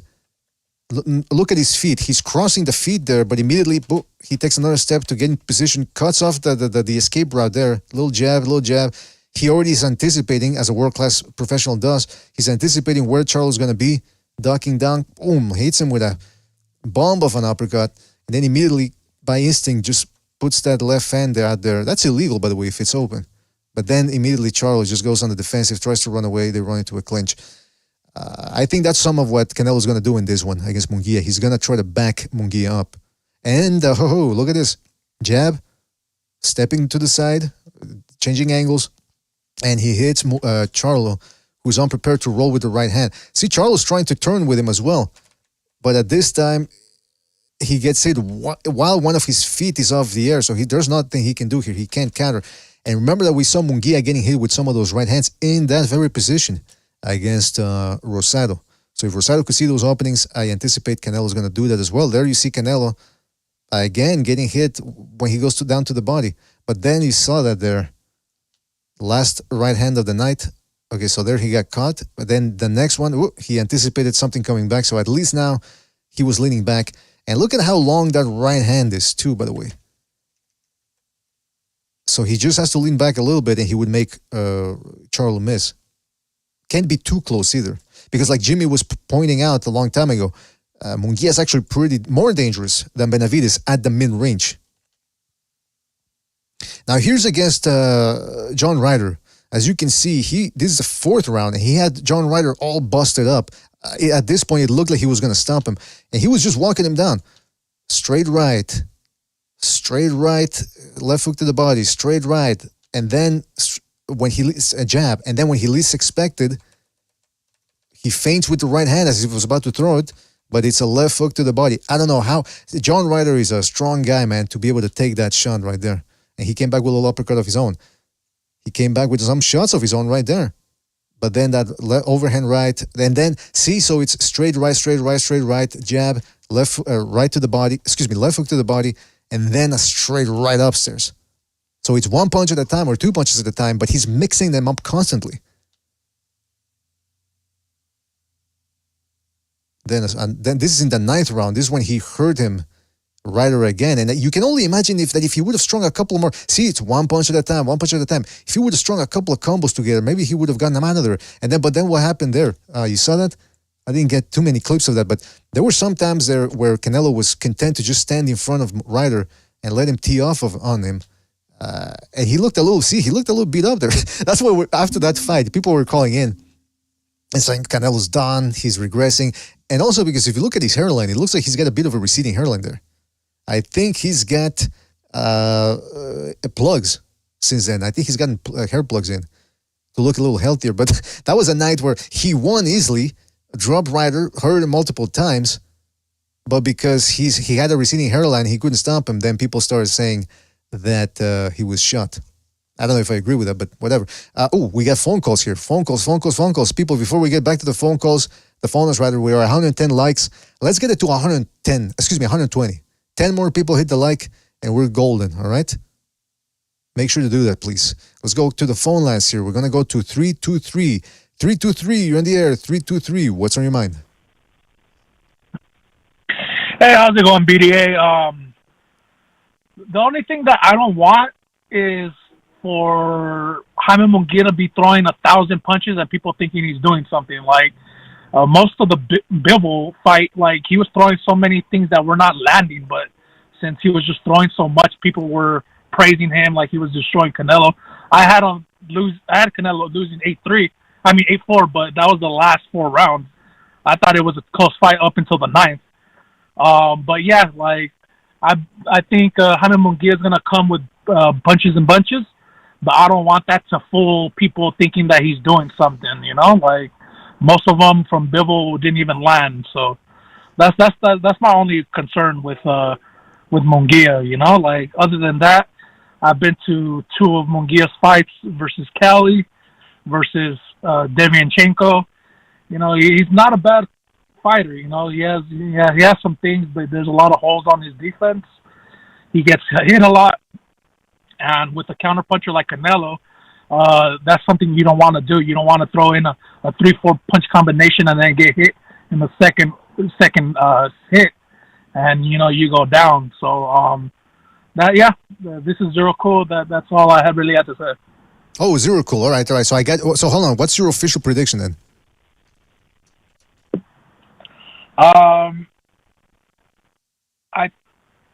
I don't know. I mean, I want to say it goes the distance, but if Canelo catches him in the 9th, like, I wouldn't be surprised either.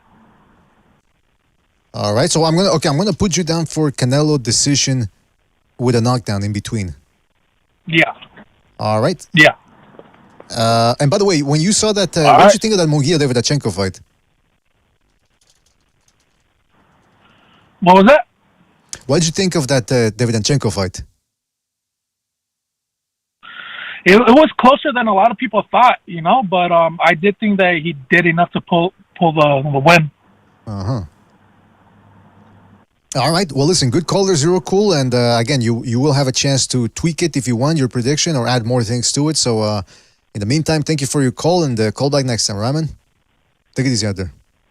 Yeah, for sure. All righty. Fellas, let's go back to the like here. Yeah. No, excuse me. No, wait. I said I wanted 8. We need 8 more likes, people. 8 more likes, please. And then we'll get back to the show.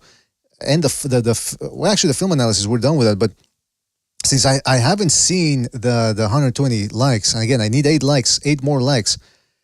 And since we don't have that, let's read here from the Manual of Human Anatomy, Volume 3. And this one is angiology, along with the peripheral nervous system and sense organs. All right?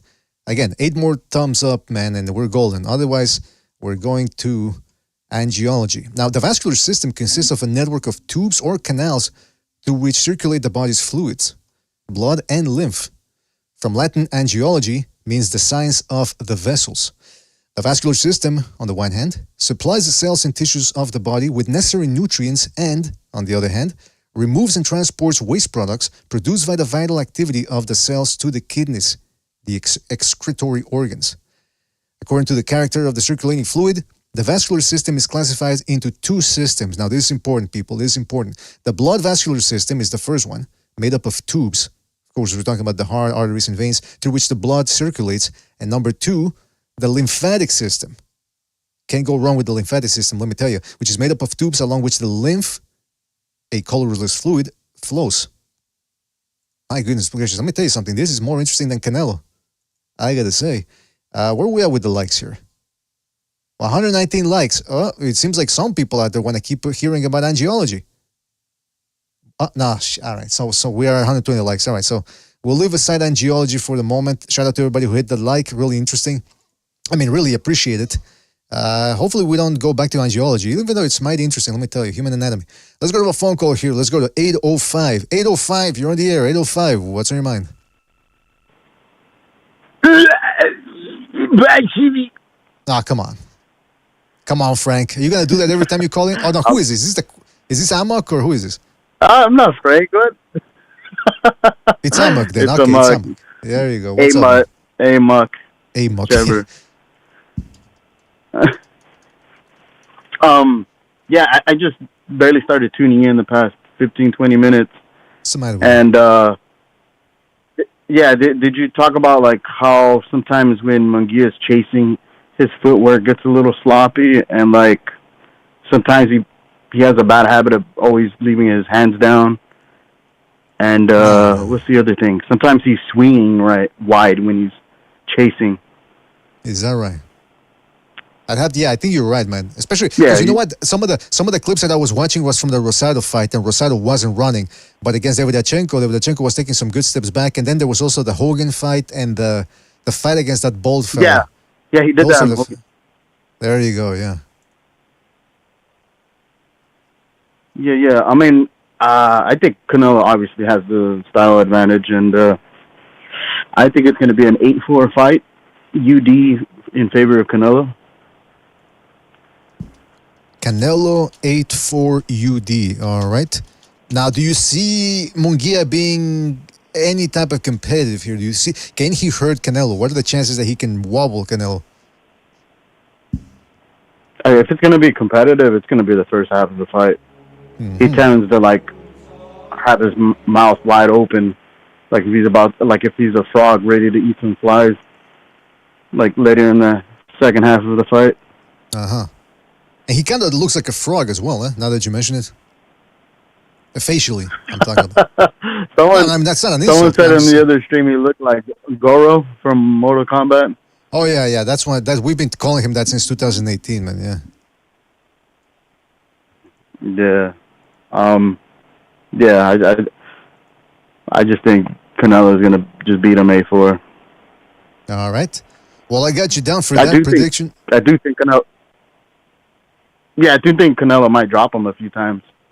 I also think Munguia might sting Canelo a few times as well.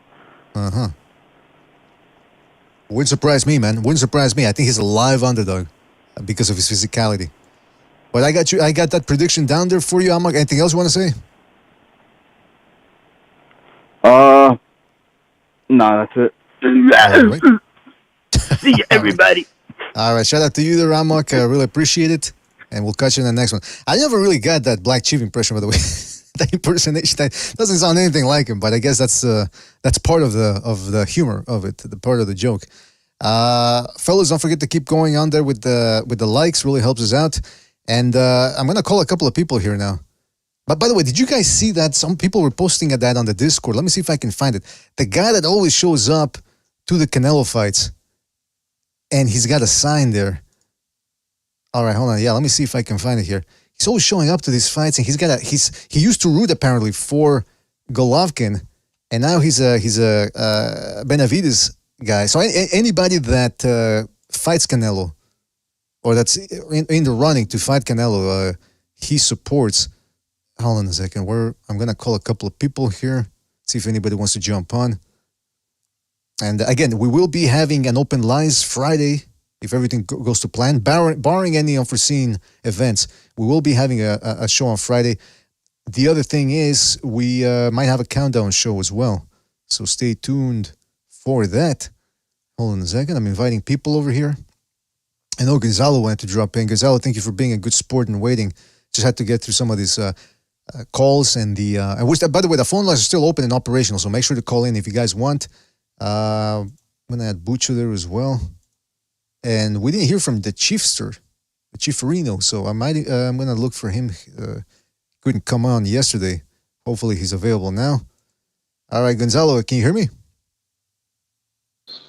Yeah, I'm taking a leak real quick. Give me a few seconds. Yeah, please mute yourself. We don't want to hear the leak. Or maybe some people do. I shouldn't cast aspersions.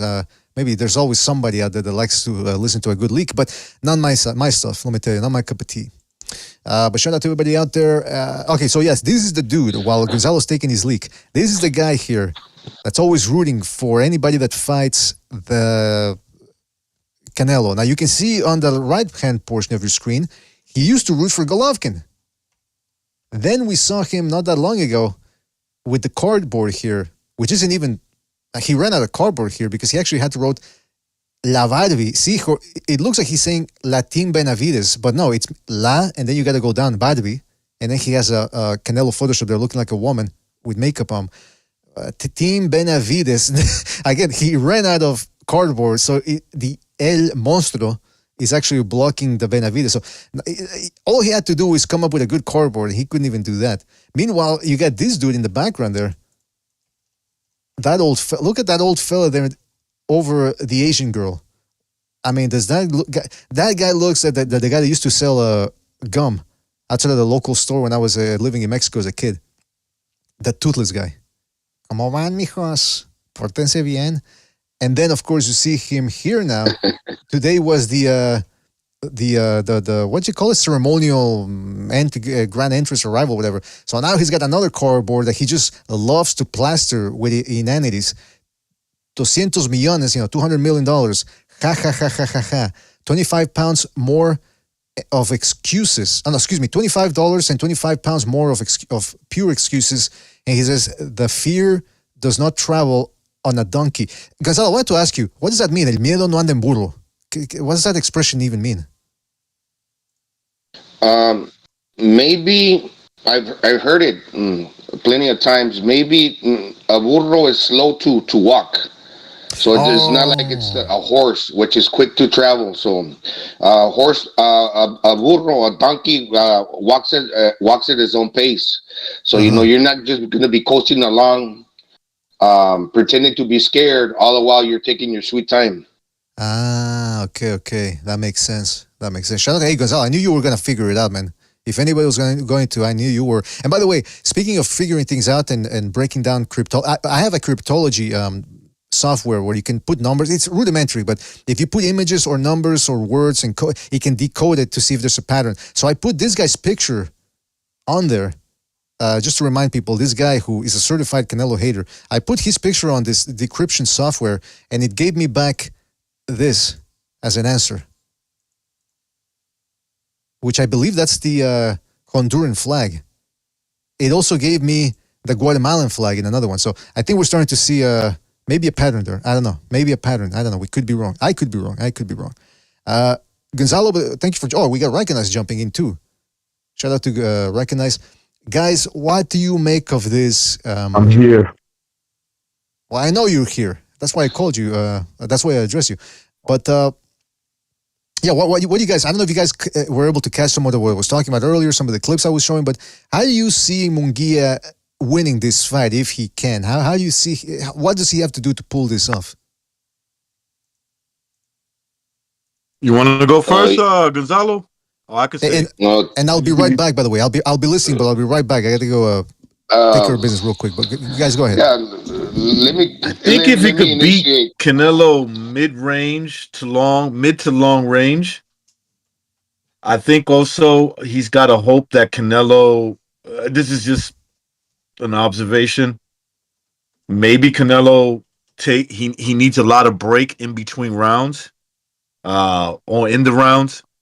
He takes a lot of time off the clock, where Munguia doesn't get.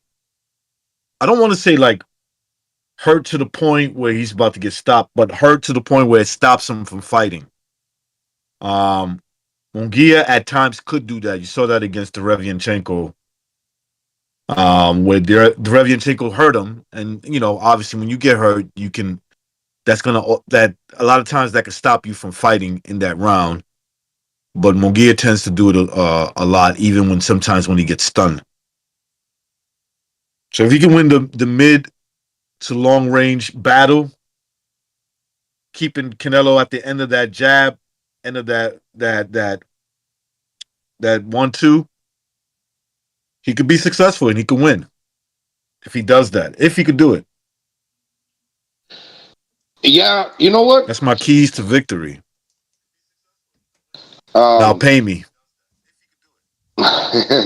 No, he can. He can certainly. He can put up a fight. And right, I know. Weight classes makes a difference. On the pay no mind list. Wait, what happened? Wait, hold on. Can you recognize? Can you hear Gonzalo? I can't hear Gonzalo. Do you have him muted by any chance? Oh, I do. Sorry, Gonzalo. My bad, well, brother. Now we know what Recognize thinks of Gonzalo. The mute button. That's what he thinks of you, Gonzalo. I'm sorry. No, never once have me and Recognize had gotten into any kind of altercation through the years. No, I have to say this. I agree with Recognize's take mid-range. I know weight classes make a difference, and I know Munguia is not what he was at 154, but naturally right now at 27, what is he, 27, 28? He's stepping into his own. And I know this sounds so freaking cliched. He's gonna rise to the occasion, but really, this is when he needs to rise to the occasion. Because the Cinco de Mayo weekend, and him and Pantera Neri are the two biggest Tijuana fighters, the two biggest proponents, and Tijuana fighters boxing history to step up to the level. So the vibes, they go all around. Munguia's feeling what Neri's doing over there, and Neri's fucking rooting for Munguia over here. And there's a lot of things going, a lot of moving pieces, like where he got to this moment and, he cannot get sloppy with the defense. And I said that weight classes make a difference because when he fought Saddam Ali, I remember that Munguia was gliding in and out. He was gliding in and out of the pocket. He showed good displacement. Like sting like a float like a butterfly and sting like a bee also. So if he can get on it, he can utilize his legs to get in and out and not get caught on the counters, stepping in. That's going to be his biggest mistake. But be shrewd, especially what Mr. PDA was talking about, the straight lefts and rights to the body, to the solar plexus. That's the key. Because we saw Caleb Plant touch Canelo right around the 8th round, and you saw it visibly in his face. He showed like he was under duress. So that's what Munguia needs to do. He needs to poke and prod, go to the body, and then initiates its attacks. His attacks, not always, but change levels, but certainly go to the solar plexus because, like I mentioned, there's a soft spot. Canelo is like a fucking crocodile. He's like a turtle. On the top, he's tough. And he's got an impregnable defense. But at the same time, when he's keeping it relaxed, because he doesn't have the greatest stamina, and he's bending at the waist, his waist is pliable. When I say loosey-goosey, that's a soft spot right there. Because he cannot tighten up altogether, because that's the way he rolls and slips under and around punches.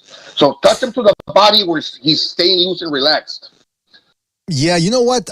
I've never seen Canelo hurt to the body, but he's certainly not going to want to find out if he can take a body shot from Munguia, because Munguia dropped the always tough Sergey Davidachenko in there with a body shot. By the way, I think I forgot to read a couple of super chats here, and for some reason this shit is giving me trouble now.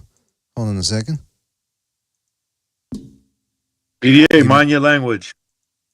What did I say? You said I can't repeat that. Is that right? Okay, excuse me. If I said that, I retroactively beep it. There you go. Yeah, the chat here, the pop-out chat was giving me trouble. Let me just re-pop it up because we got a couple of things that I have to read out here. Hold on a second. All right, shut up. Oh, not again. I clicked this button here and it screws it up. How do I get rid of that? My goodness gracious. I got to show you everything? Hey, recognize. What's right is right. You get what I'm talking about? You come in here, you show the place no respect. You show the place no respect. There we go. I think now it should. There we go. Shout out to. It didn't sound like you were kidding. There's a lot of people around. Shout out to. I was kidding. I'm just looking at books. All right. Shout out to Gonzalo for rejoining the membership program, reestablishing his place in the BD organization. Gonzalo, you didn't have to do that, but it's always appreciated. Lobito y la Vaga. No, I had signed up on the wrong date. I signed up on the, so now I'm like on the number one every month on the number one date. Oh, there you go. You know what I mean? There you go. Shout out to you, Gonzalo. Like appreciate clockwork. it, man. And shout out to Chris K for his contribution with the super chat. He says TRT Canelo versus Mongoloid Munguia. Mongoloid Munguia Mongo knocks off Canelo's hairpiece in round.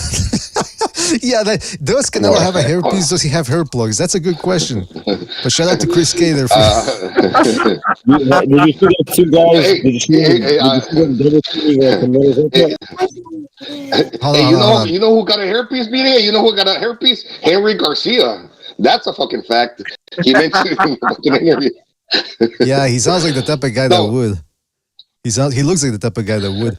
Hey, by the way, Sobers, I can't hear you, man. You sound muffled. I mean, I can hear you, but I can't understand you.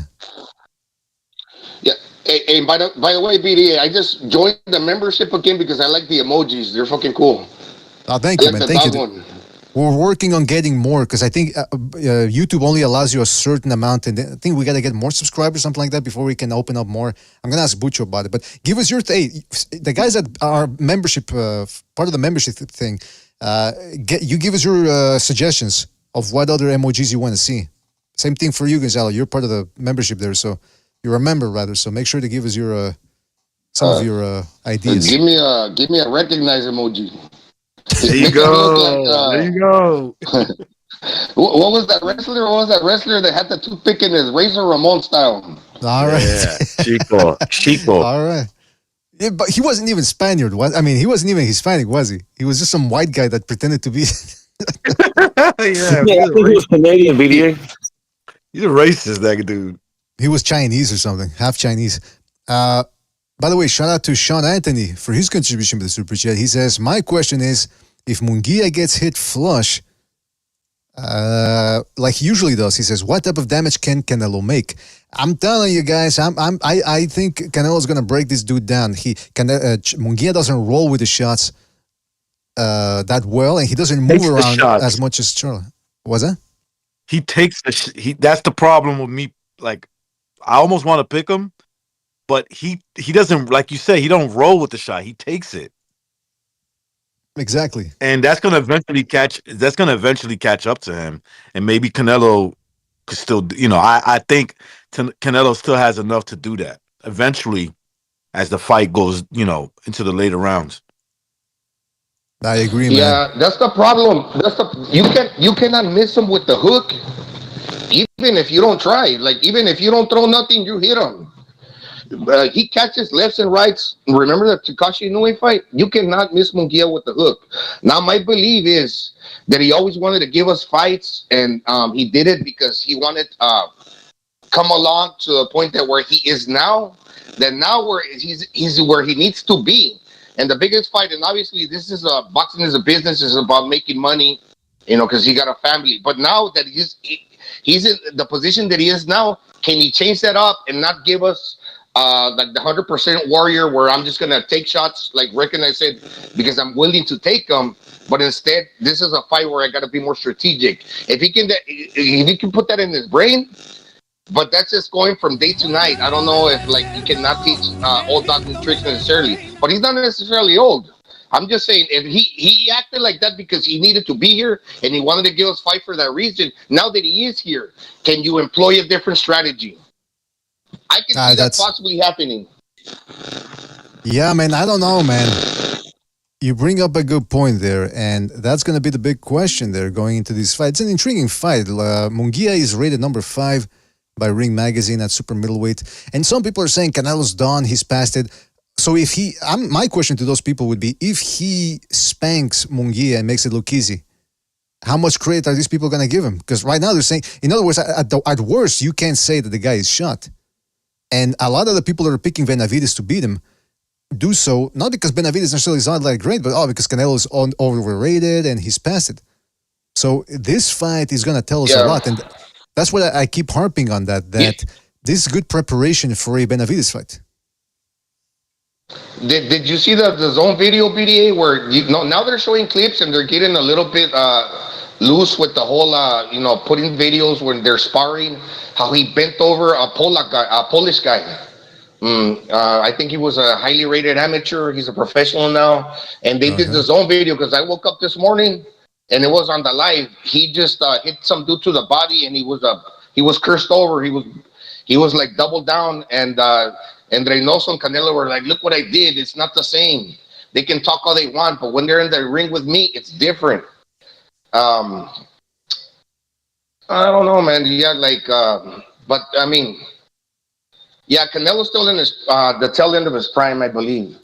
But like there's a lot of things I don't like about Canelo, man. I think karma's gonna catch up to him. Eventually, everybody loses, PDA. You know that? Oscar de la Hoya, Manny Pacquiao. This guy got only 2 losses, so he has to lose someday, and maybe karma will catch up to him. Like I was listening to some Mexican boxing YouTube videos from like a few months back, and this is what I learned. Canelo's not necessarily the best guy outside of the ring, but that's not boxing, and well, it kind of goes hand in hand because he's got a lot of fans. He also got a lot of haters. Did you know he killed El Chatito Jauregui? 2 days before, when he was preparing, he was 23 to fight Mayweather. He put a beating on Javier Jauregui, El Chatito, and he died. So I mean, that's boxing, but there's a lot of people think that Canelo does like he's perfect. Actually, karma can catch up to Canelo, man. And I'm actually riding with Jaime Munguia because I'm not only am I a Mexican, I'm from Tijuana, so I'm fucking rooting for Munguia. I think Canelo possibly stops Munguia in 11 rounds, but I'm gonna say, like I told you in a private conversation, with 2 alternate scenarios. I'm banking that Munguia wins the decision because also karma catches up to you. Canelo's been talking a lot of shit about Oscar de la Hoya, and Oscar de la Hoya is a promoter only. Oh, you cannot say nothing bad about me.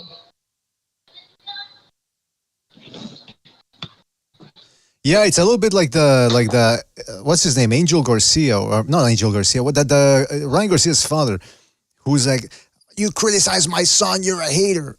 And I'm thinking, well, wait a minute, there was plenty of criticism to be made there. So when people go, oh, this guy's a hater, why is a hater? Nowadays, a hater is somebody that points out your flaws. I guess don't point out people's flaws. I think that's what they're saying. All right, fine, you got thin skin, but in regards to the karma thing, Gonzalo, I don't know, man. I mean, I don't know if he really intentionally murdered Javier Jauregui, then yeah, you might have a point, but I don't know exactly what happened there. But he did beat up. But he intentionally. Sorry, Brady. He deliberately knocked out Archie Solis's teeth. That's what I wanted to say. That's the other. That's the rumor is that he beat up little Archie Solis, who's a flyweight. I forget what, but he was one of the below super bantamweight, or even below bantamweight, I think. And I think it's because that little midget was banging his girlfriend or something, something like that. Yeah, there was a dispute over a girl, and that was in 2011, I want to say, 2012. And that's when I really disliked Canelo. I was like, man, this dude's he's a diva and a bully. But he, ever since then he started. And they did, sorry, Brady, and they did a little bit like a scenario where they put the brother instead of Canelo. Oh, my brother did it. Take the hit for him because he was on the come up. Yeah, that was suspect, man. Suspect, and I dare say unchristian to be doing that type of stuff. I mean, is it me or Canelo? Canelo looks like a young Marky Mark when Marky Mark was younger. A little bit. See, that's the thing, though. What's his name? Canelo's going around beating midgets, whereas Mark Wahlberg was going around beating up old Vietnamese guys. That's what he did, right? Didn't he blind an old Vietnamese guy back in the Boston days? Yeah, he did, man. And then the Vietnamese guy, Paul, forgave him or something. I'm thinking, well, I hope he paid you, man. I hope he paid you a money. That's why he forgave him. I guarantee you. I'm not gonna lie, dude. I'm not gonna lie. El Pecas, el fucking Freckles, he got skills. Fucking Freckles got skills, man. But at the end of the day, everybody loses. Yeah, I don't count the Bebo loss too much because he went up in weight. But Munguia's he's a big guy. He's a tough guy, and he can also just use the legs if he plan. But this is a fucking war because it's Mayo weekend on Mayo the 4th, one day prior. Still, damn it, man. Scenario, write me down. Munguia decision BDA. Wait a minute. Catch him with the shovel hook as he's leaning down. But I'm just gonna pick Munguia. Wait a minute. I don't think I can allow you to do this. This is a co-promotion with Oscar de la Hoya, and this is where I mentioned the bad blood. Oscar de la Hoya and PBC. I don't know too much about that, but this is where he can get in into the judges' minds. Oh, because remember, also Munguia throws 70 to 75 punches per round, right? So Canelo only throws 30 to 35 punches. And I'm not talking just about throwing. How much does he land? Canelo will... This is... Oscar de la Hoya said Canelo only throws 10 punches per round. I think what he meant, he only lands 10 significant punches. So, I mean, yeah, he staggers Munguia, he's going to win the round. But on sheer volume alone, if Munguia throws more and lands more and isn't staggered because he's utilizing his legs, he will take the rounds. And maybe Oscar de la Hoya can have a little bit of, I don't know, on the judges' minds, I don't know the word. But you know kind of what I mean.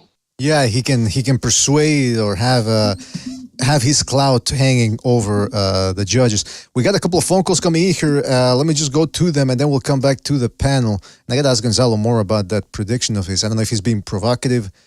I don't know if he wants to shock me, or maybe he's being serious. We'll see. Let's go to the phone lines here. Let's go to 817. 817, you're on the air. 817, what's on your mind? Hey, BDA, how's it going? You hear me? Yes, I can hear you, man. What's up?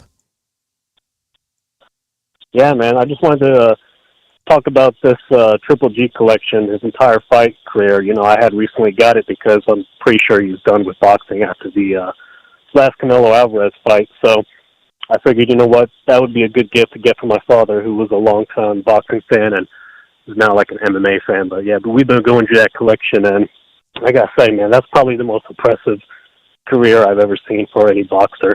I've seen Miguel Cotto's entire career, Sergio Martinez, Vitaly Klitschko, but Triple G, I think he's had like the most dominant career in all of boxing. And even as he got older and slower, he still had that punching power that no other boxer has ever possessed. I mean, he also had that chin that's just made out of tungsten. So I really think this guy, I mean, probably the most dominant that's ever been in boxing.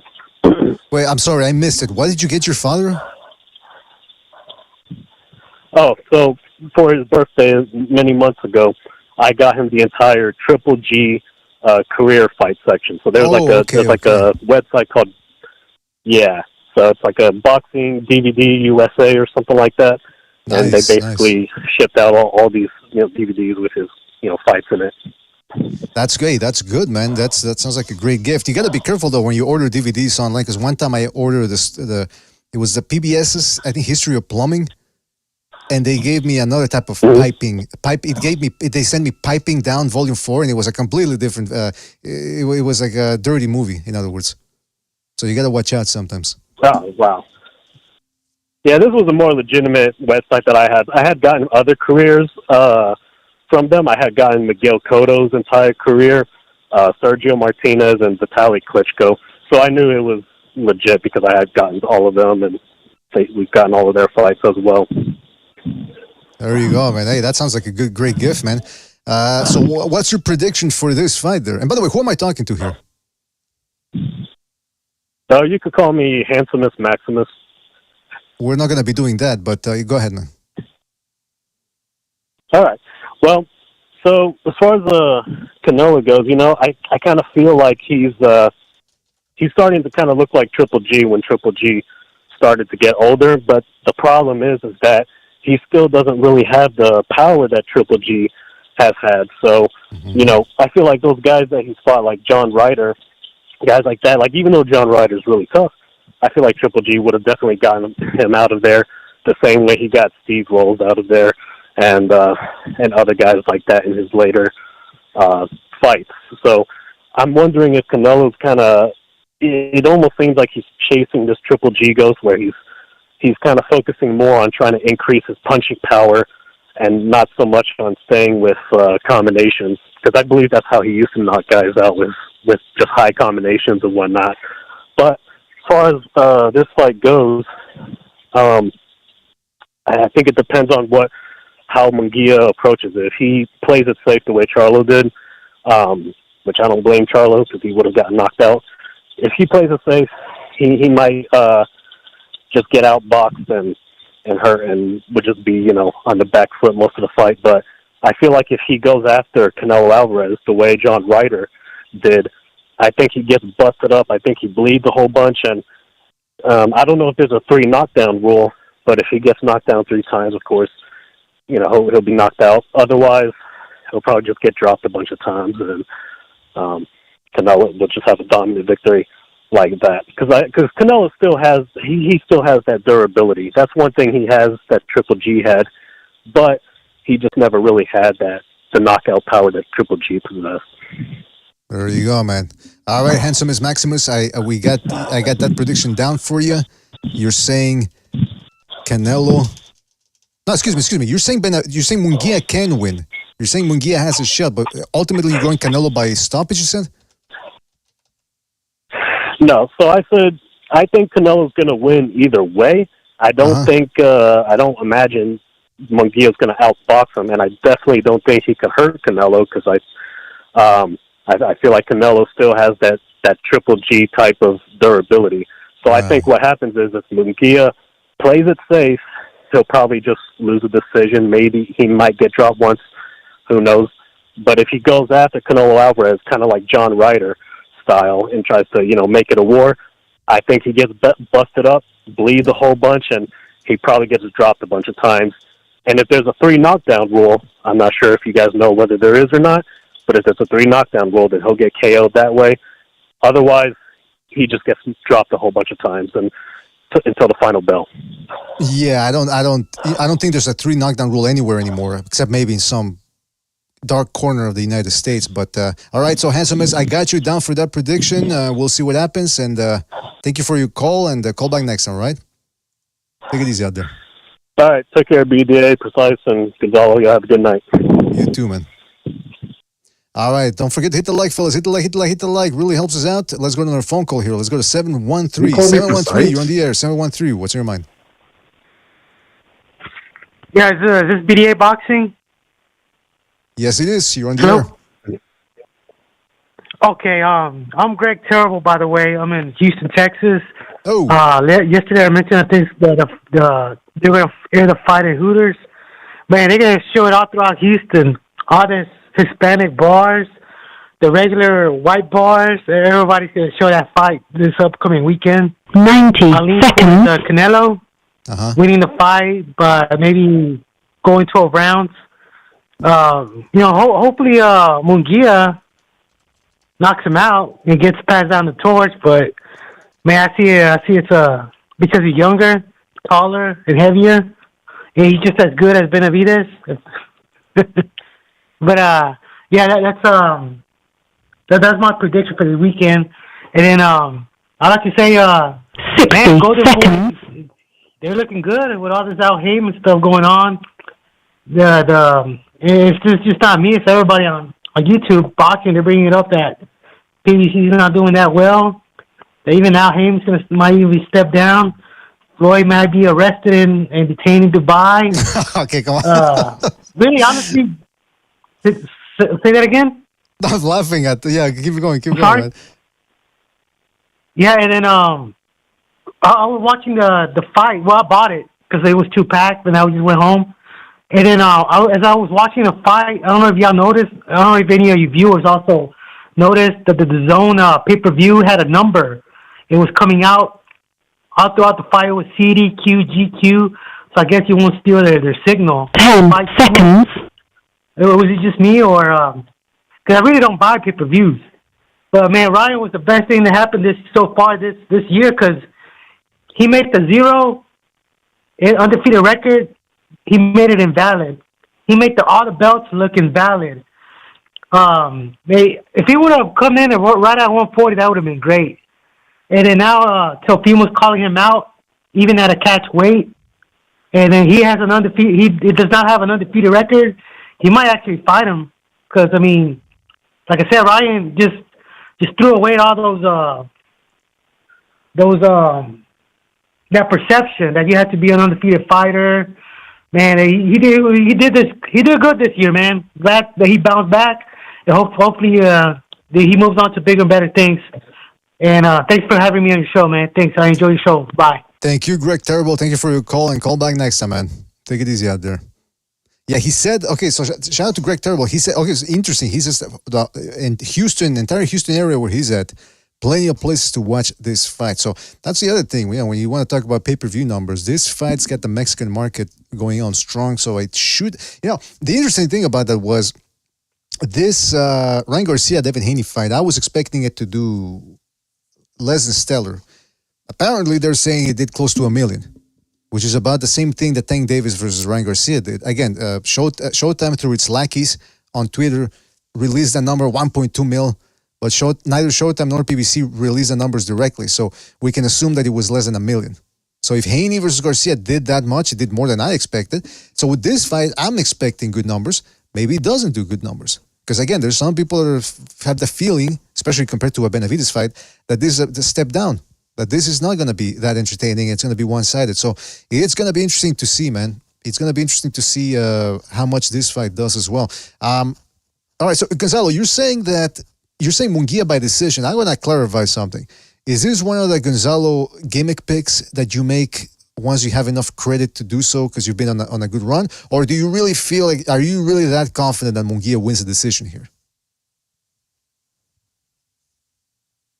No, Gonzalo's got me on mute. Like, recognize has Gonzalo on mute. Gonzalo's got me on mute. He's telling me to go fuck myself. What am I going to do about it? Yeah. BDA, can you hear me better now? Oh, yeah, much better. Now you get the good, now you get the good audio. Now Never Sober has the good audio. There you go. What's up, man? What's up? Y'all were talking about the haircuts earlier, bro. Thank you for using Blog Talk Radio. Goodbye. Sorry about that, sorry. Did y'all see Canelo getting double teamed by two like gay guys with they had headlamps on? They were cutting his hair together. I saw some of it on Twitter, but I didn't want to watch hairdressing is not my cup of tea. Then they gave him a facial. Nah, come on, really? Yeah. Nah. Did they give him the pink eye as well, or what happened when you say they gave him a facial? My goodness gracious. What's Canelo doing, man? But, yeah, man, I haven't even been watching those Amazon things, those insider, because it's always the same thing. It's always, you look at, the intro, and they've got these panning shots and these tracking shots, and they always try to make it philosophical. When a man enters the world, he tries to make it his. I go, wow, okay, just, and then they never show you, they never show you anything new. It's always in a CBDA. I mean, they always show you with their family guys. Oh, their family. Look at them with their families. Aren't you impressed that a boxer has a family? No, I'm not impressed. Well, show me something that I want to see. They gotta switch it up, man. And sometimes these preview shows, they actually do good numbers on YouTube because they're free. But I gotta wonder what the retention rate is for those videos. It's always the same thing. It's boring. Well, BDA, not everybody, and I hate to use the word hardcore because they're kind of cheesy. We are hardcore boxing fans, like Dora sometimes. I'm going to take a shot at Dora. No, we're just fucking boxing fans, but not everybody. Like when Bucho, he stated it before, when you go to the bar and you got all motherfuckers like, oh yeah, I'm rooting for that guy, like I'm Deontay Wilder, but they're not actually paying attention and looking for what we could identify as casuals, as those guys, and I also hate that word too. But anyways, they're just not, they don't know what it's about. But then boxing right now is kind of getting infiltrated in the social media by a lot of hanger-ons, by a lot of people that just want to get some shine. But actually, it's not for everybody. And I kind of want to keep it that way. For me, it's like, I understand that it's not always going to be for everybody. It's going to be kind of a niche sport, like niche. That's perfectly fine. Because if it was for everybody, then this shit would become something else that I particularly wouldn't necessarily be a part of. Yeah, you're right. Sometimes I wonder that when people go, well, we need to get more people into boxing. I'm fine with the amount of people we got right now. I just want to see bigger events, more fights. Now, obviously, that's going to invariably lead to more casuals. But look, we were all casuals at some point. So I don't really mind. I'm not an elitist. Like, no, you can't come into my sport. I'm not saying that you're saying that, by the way. But what I'm saying is, sometimes the more the merrier. Yes, the more people does bring its own set of problems. But I'm as long as the sport is around, I'm good, man. Let's get some more haters in here. Let's get some more fucking haters. Hold on. You're not gonna skip my question. I asked you a question. I asked you, this Munguia pick, is it one of the Gonzalo gimmick picks that you make when you sort of just want to have fun, or is it? Are you that confident that how confident are you, in other words, that Munguia pulls off the win? Well, this is not so much of a gimmick. It's more that my heart is into it because when I mentioned in a comment, I dropped a super chat. I said this is the biggest fight weekend in Tijuanenses boxing history. Like two fighters, Munguia and whatchamacallit, Luis el Pantera Neri. So they're kind of like, it's in the air, like, fucking, sorry, correction. I was going to say, how the Bible says, it's into the wind. It's like you speak something, like Deontay Wilder often mentioned, and he's not necessarily wrong about that, but yeah, it's in like, you speak about it, and, it's Munguia is fighting in Las Vegas, I believe, and Pantera Neri's fighting in Japan. But for two fighters from Tijuana, when you're stepping up to the level and it's so fucking tense, and then you got Tijuana, which is this little fucking town with the 2 million people, and it's like a cradle of boxing. And I grew up there. My heart's into it. And I have a belief that Munguia can rise to the occasion. And like once again, like I said before, it sounds cliche, but you really need to rise to the occasion because your style brought you to the dance. Getting a little sloppy in the pocket, but now you gotta make your mark and fight more intelligently. And I know this is Cinco de Mayo weekend, and you're gonna want to trade punches with that guy. But if you're gonna beat Canelo, because remember, Canelo's a veteran. He's a veteran. He's got experience. Munguia does also, but not at the level as Canelo. You don't want to run into a shot. So pick your shots, use the stabbing jab, and the left hand to the solar plexus. And like I said, change the levels. I'm not saying go down, down, down, because Canelo's going to read and he's going to fucking hit you to the head. Change to the fucking head and poke and prod to the head. Then when he goes low, you counter him upstairs. And when he goes high, you hit him to the body. And then when you're traded, then start dropping the hooks on the inside, then step away. That's why I think Munguia can win, because of the 70 punches that he does throw. And he doesn't have necessarily a bad chin. He can be knocked out. But I'm hoping that he doesn't. So this is a pick for my heart. Let me tell you this. If Canelo really doesn't want to fight Benavides, then I'm rooting for Munguia. Maybe that would be actually good, because Munguia is 27 years old. And he would take that. Usually when you beat the guy, the face of boxing, you can't really always take away his title as the face of boxing. You can't take his Q rating with you, but you can if you're a guy like Munguia, who will take Canelo's fans. The Mexican fans will migrate to the next Mexican star. So he's in a good position here if he wins. Some people just aren't giving him that much of a shot, but when you're as heavy-handed as Munguia is, anything's possible. I don't see it happening. My official pick is Canelo by stoppage, but again, do not be surprised if Munguia gives him not only a harder fight than expected, but actually might even manages to pull it off. Yeah, and that Munguia got a lot of fans. Canelo haters, love him or hate him. The people that are kind of pissed off at Canelo, like even me, I like Canelo. Like, I like his style. It's kind of befitting to the way that I would probably see myself fighting in certain instances, because like in my look, when I was in the military, I used to do push-ups. I cannot do a lot of push-ups. I can do push-ups correctly, but for some reason I gas out. When it comes to pull-ups, I can do a lot of pull-ups. So like some of Canelo's style is like I identify with the fucking pecas, with the freckles. So for some reason, well, because my dad is also from Guadalajara, but I was raised in Tijuana. I wasn't born there. But the Munguia's from Tijuana. His dad used to train in my gym, so obviously I got a little bit of a bias. But when it comes to the styles, I lost my train of thought. I got a little too enveloped in the passion for what I want Munguia to. It's not that I'm a Canelo. It's not that I'm a Canelo hater. Like I'm not gonna say I love Canelo. Well, I love his fucking style. And I know why he does what he does, because he lacks the stamina. But every other, like Mikey Garcia's dad said, you only need 3 things to become a world champion. If you have speed and power like Ryan Garcia, damn, like who wishes not to be blessed with those two intangibles, God-given abilities? Well, first of all, we all know you can learn along the way. I don't know who you're trying to fool here. We all know that your fighting style would be like Shakur Stevenson, like taking huge leaps back, 1 punch at a time, clinching, hitting in the balls. We all know it, Gonzalo. Come on. I will say this, man. Yeah, I don't know. Like, probably not, but Well, look, we've got a lot of interesting fights coming up. The one I'm looking into is this Madrimov versus Terence Crawford fight. I'm very interested in that.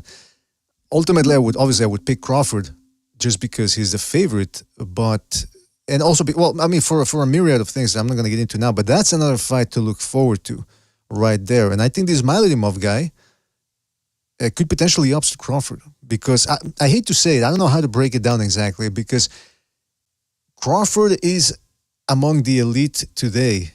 But there's always been a certain vulnerability to him. I don't understand when people make him out to be invincible. He's had to bail himself out with his power a lot. Well, a lot. I mean, in the Benavides fight, in the Kell Brook fight, even though that was early, but he was getting outboxed against Gamboa and against Kavaliuskas. He had to walk him down, which I appreciate.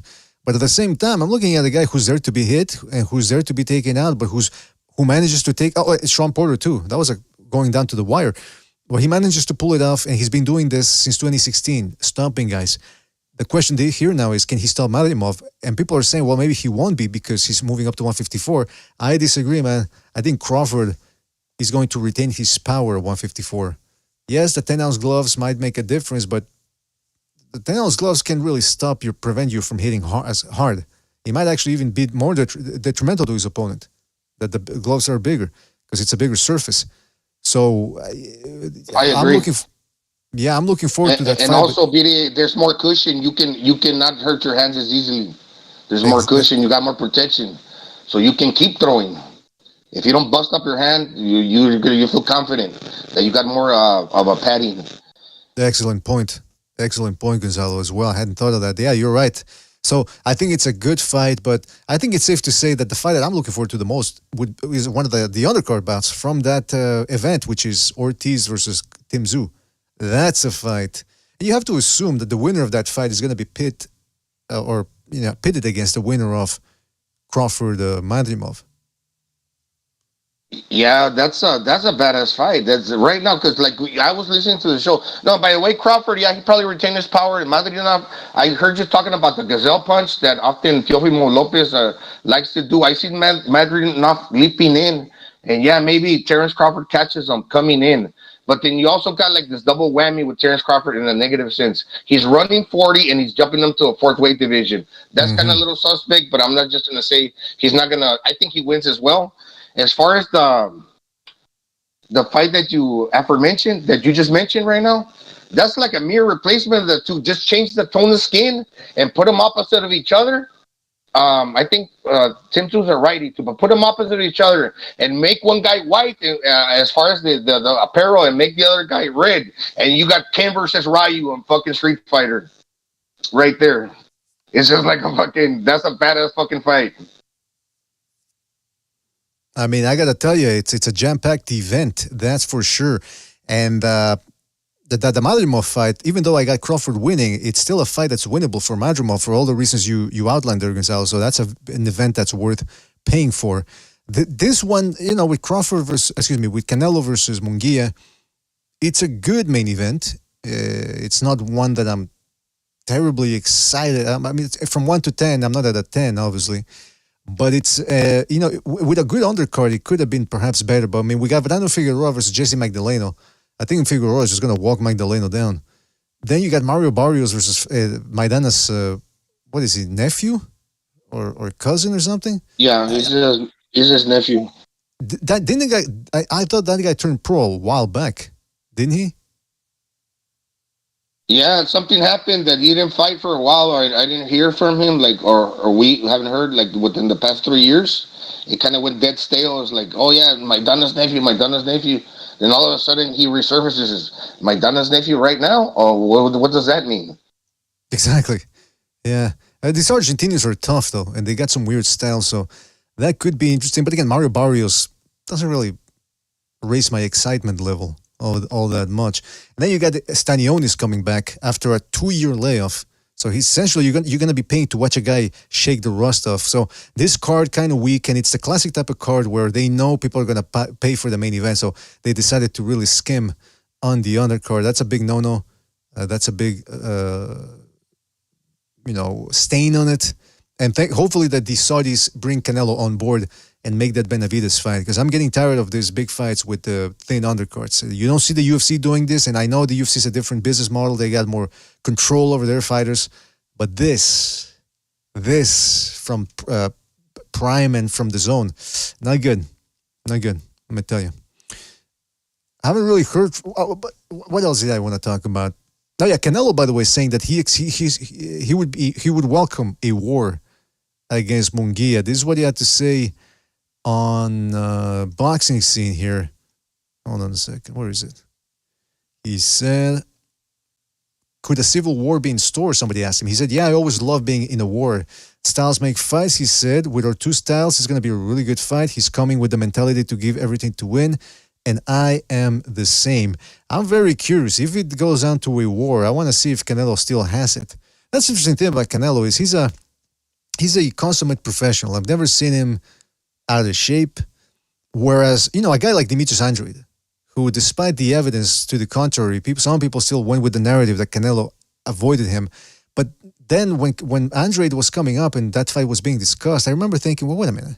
Have you ever seen Canelo struggle with a Vanis Martirosyan or a Jack Colkay or a Liam Williams? He takes those guys out. And then when he takes them out easily, people call him bums. Meanwhile, Andre is struggling with bums. So what I'm saying is, I think Canelo does deserve credit for being consistent after all these years. He can still find to get up. He still finds it the time to train properly, even though he's the A side. He knows all these guys are getting up for him, and he's still getting it up. And I totally agree with what you mentioned, consistency. Canelo has been really consistent all throughout the years. And I like that because that will get you, because a win is a win. Oh, sorry, Gonzalo, you're sounding muffled, man. You sound like you're talking through sorry, Gonzalo, it sounds like you're talking through a can of coffee. Okay. Yeah, and there's some. No, can you hear me now? Nah, man. Disconnect and connect back, please. Maybe that'll correct the issue. Can you hear me now? No, man. Disconnect, please. Disconnect and come back, because I think it's a connection issue. I hope it's a connection issue. Yeah, because he was sounding like he was talking to a tin can. It sounded like he was in a can of sardines. I tell you, not good. I don't want to see. I don't want to see Gonzalo in a can of anything. What's he calling back now? What else was I gonna say? Yeah, I think we're gonna wrap it up pretty soon. All right, Gonzalo, you're back, man. Go ahead, man.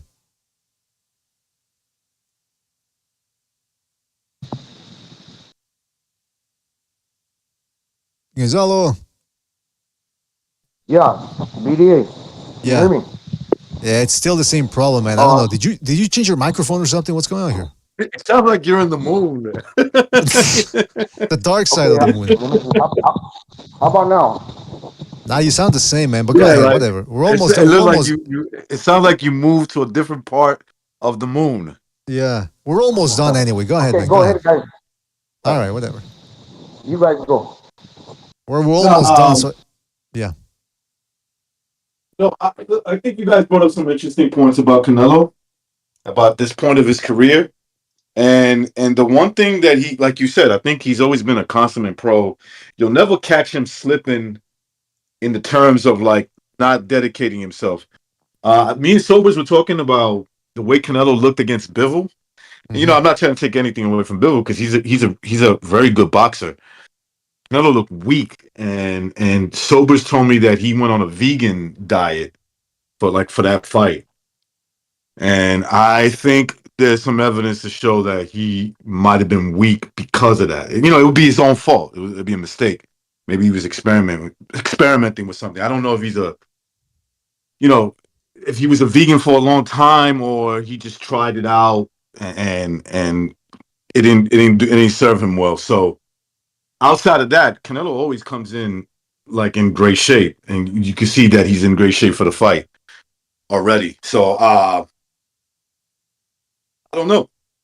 I think that Canelo still, you gotta still favor Canelo, but like there are some like there's some stuff going into that fight that intrigues me. His age, he has lost a fight, although he went up in weight against Bivol, but he still lost. You know what I'm saying? He still lost a fight. So like he's beatable, but then at 168, he's pretty much a different fighter, or at least the opponents that he's fought at this point, they prove to be really no match. There's really no match for him there so far in all his fights that he's had. There's been some good scraps like Caleb Plant, but he ended up knocking him out. And so, yeah, man, that's what makes this fight intriguing to me. Canelo's getting older. Yeah, and, absolutely, man. Fighting a big young man, a big, a lot bigger young man than he is. Yeah, that's what's intriguing about this fight, and I got to tell you, I'm very curious to see how Canelo looks. Every time you don't know what to expect now at this point. He's 30, 33, 34, but again, he's been a professional since he was 15, and those training camps. That's 20. That's basically 20 years of his life as a boxer. That's right. Yeah. So I do have to wonder. Go ahead. Sorry, go ahead. Go ahead, BD. Well, okay, then I do have to wonder, because I remember when Costa Tszyu fought Charmbre Mitchell in 2004. That was a close fight. That was a 50-50 fight. Costa Tszyu had been inactive for over a year, I think. He goes in there against Charmbre Mitchell and blasts him out in 4 rounds, drops him multiple times. All of a sudden, Costa Tszyu becomes a top 5, top 4 pound-for-pound guy. Takes on Ricky Hatton.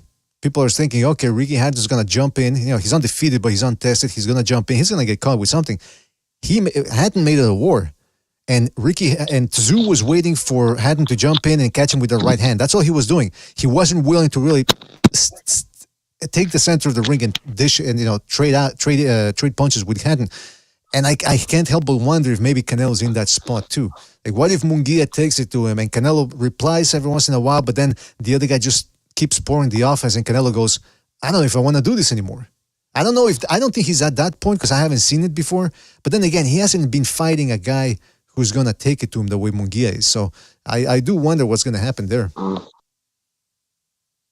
It's these different challenges that bring, going into the fight, brings different, obstacles for a guy like Canelo. And you got to wonder at a certain point, does that catch up to him? I mean, he's a human being. He's an all-time great. He's super strong. Probably one of the strongest guys pound for pound I've ever seen. Durable, still very durable fighter.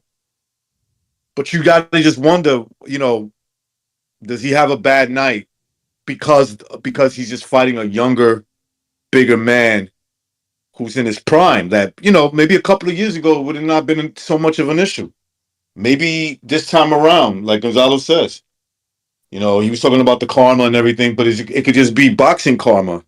Like, yeah, bro, it's time for you to lose to somebody within the division that you have been dominant since you got there. No, and I totally agree with what Reckon is saying. Hopefully my internet connection is good. I don't want to be the bad news bears here with my Wi-Fi. Look, because you have a guy that is ruffling his feathers like David Benavides. That will make Canelo fucking when Golovkin stepped for the second fight, like when Golovkin stepped in very casually in his suit and Canelo just got out because, I'm threatened by that guy. Because that dude is a fucking he's a stronger guy than probably me. And I fought him before and I couldn't do nothing for him. So he knows that he has to step up because that's the real challenge. Now people are asking him to do that against Benavides, but all of a sudden you got this replacement because you handpicked him. You selected him. In other words, you're his boss. You give him a job. I give you the opportunity. But be careful what you wish for. Because all of a sudden, you pick this guy because you think you can beat him. And you're kind of, in a sense, ducking Benavides for now. Maybe this is the precursor to the Benavides fight in September. And because I'm a Canelo fan too, I'm wishing and hoping for that to happen, as BDA has mentioned before. But if you take this guy a little too softly when he's 27 in his prime, and everything is on the line, dude. I'm just saying, dude. Like, this is where you just gotta fight like you're fighting Benavides, even though you're fighting Munguia. Because you slip up a little bit, you're gonna eat crow, dude. I'm talking about el fucking Canelo. Well, listen, we shall He's see gonna what be happens. sad about it. Yeah, we shall see what happens. We're going to have another show before the end of the week, probably an open lines, and maybe a countdown show the day of the fight. Maybe even starting from the morning on. I don't know. I'll talk to Bucho about it. He usually sets these things up. Don't forget to hit the like, fellas. Hit the like. It really helps us out. By the way, Gonzalo, how are things with you and Joe? How are things with you and Joe, aka JDA? I know in the last open lines Friday you went at him pretty hard, saying you don't care about what he thinks. Blah blah blah. How are things now with him? Well, listen, I don't want the guy to die from a heart attack. Obviously, I'm not that cruel. I don't think I am, but only God knows. I don't want the guy to fucking die, because oftentimes his blood pressure raises. But remember when he called us out over the Gervonta pick video when it came to fucking Ryan Garcia? Yeah. Just because we said speed and power means something, is recognized mention about 3 episodes ago. That will trump sometimes fucking experience Haney has. Just that 2 pieces alone will trump a lot of like what other guys have better in comparison to Ryan Garcia. That was one of my biggest reasons that I pick Ryan Garcia. He might be hit or miss, but when you got those 2 intangibles, who wishes not to be born with speed and power? Jesus, if I ask the boxing god for one more thing and a genie in the bottle, give me a chin, and then I'm complete. I can learn boxing along the way and get the experience that Devin Haney has. But I'm saying that Ryan Garcia got those 2 things. The chin might be suspect, but he will always, especially that left hook. And by the way, he's a tough guy. Yeah. Also, on Friday's show, you said that people used to call you El Maton.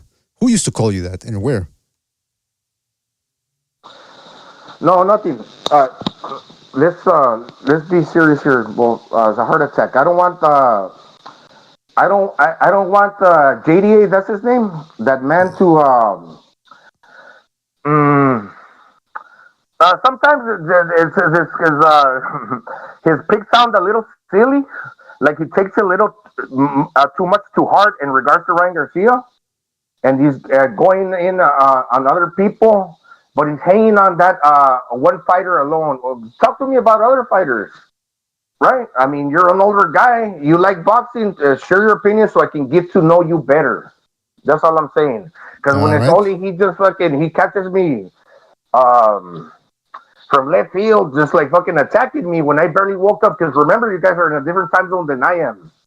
And I didn't have my fucking coffee. And this just goes like serious as heart attack. Gonzalo. Well, come on, like fucking chill out. Hold your fucking horses. This is why I picked that guy, and I'm gonna say this, never again.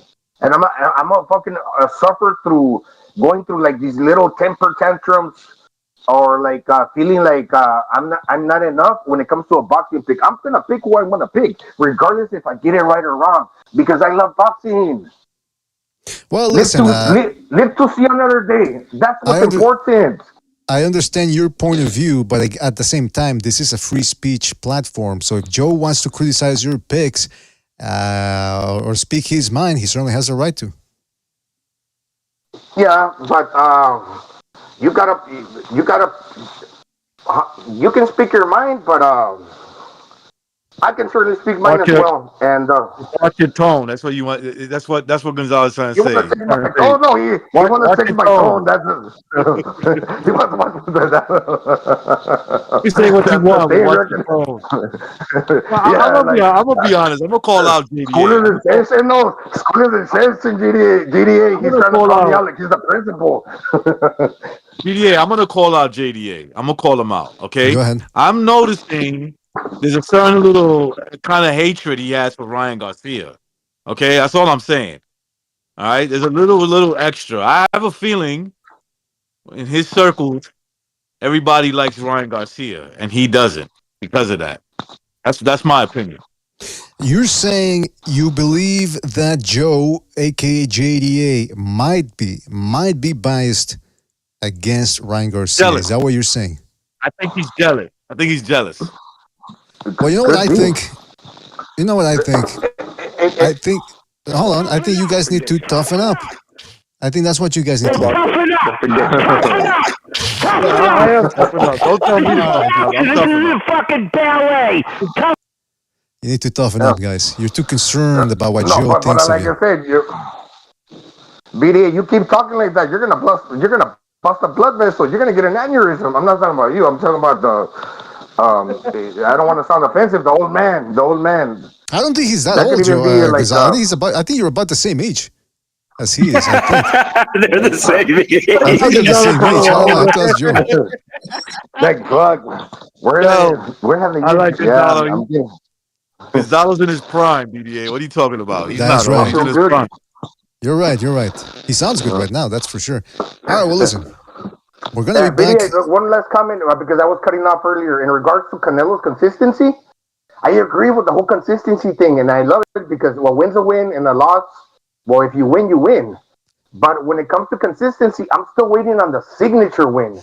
Because Canelo's biggest moment, and I get it, he unified the titles within 11 months. He became undisputed at 168. But I want to see that type of Marcus win where he ices a fucking pound for pound, a Hall of Famer. And I don't think Munguia is that. Possibly, well, he could be that in the future. And David Benavides as well. Well, I got top pound for.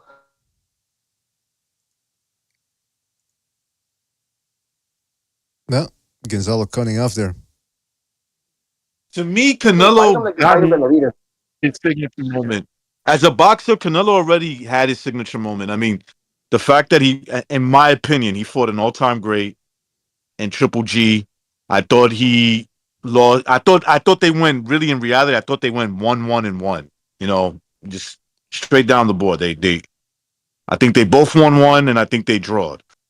So to me, that like, okay, I know everybody's looking for that dominant win against like an elite fighter. That usually doesn't happen. Like, you could go down a list of like all-time great, and you'll look at the opponents that they beat that were also all-time great. They usually don't smash those dudes. They kind of just like barely win that fight. You know what I mean? So to me, Canelo's had that signature moment fighting Triple G 3 times, and in my opinion, going 1-1-1 with him. But recognize you're putting that in a bundle. You're bundling it in a package. You're selling it to this is just for the sake of a conversation, of a debate. You're selling that to me is he went 1-1-1, but you could say that could have been a 1-1-1 for Triple G. It was if you ask me, Triple G was, if you're giving that series to Canelo, I could give that series to Golovkin unofficially. That's what I'm saying. Oh yeah, no, I'm with you on that. Yeah, we're not going to get into that now. And I know. But all I'm saying, recognize. You know how they often criticize Pacquiao when he went up the heavier weights. He couldn't knock out fighters, but who was he fucking? He was dropping them, but he couldn't knock out fighters with like a fucking legendary chin as Shane Mosley, freaking Floyd Mayweather, like guys that don't get knocked out never. So it's like, yeah, when you're getting up in the elites, it's you're not always gonna knock everybody out. And I get it, Canelo knocked out Plan and all those guys within 11 months. I want to see him knock another motherfucker out. And probably not Munguia, but if you give me fucking Benavides, I'm gonna be on the sidelines. If Benavides wins, one more power to you. If Canelo wins, I just want to see that. Hopefully, this is a precursor. Well, there you go. I think if Canelo could go in there and beat Munguia and fucking, then let's say he fights in his next fight, he fights Benavides and beats Benavides.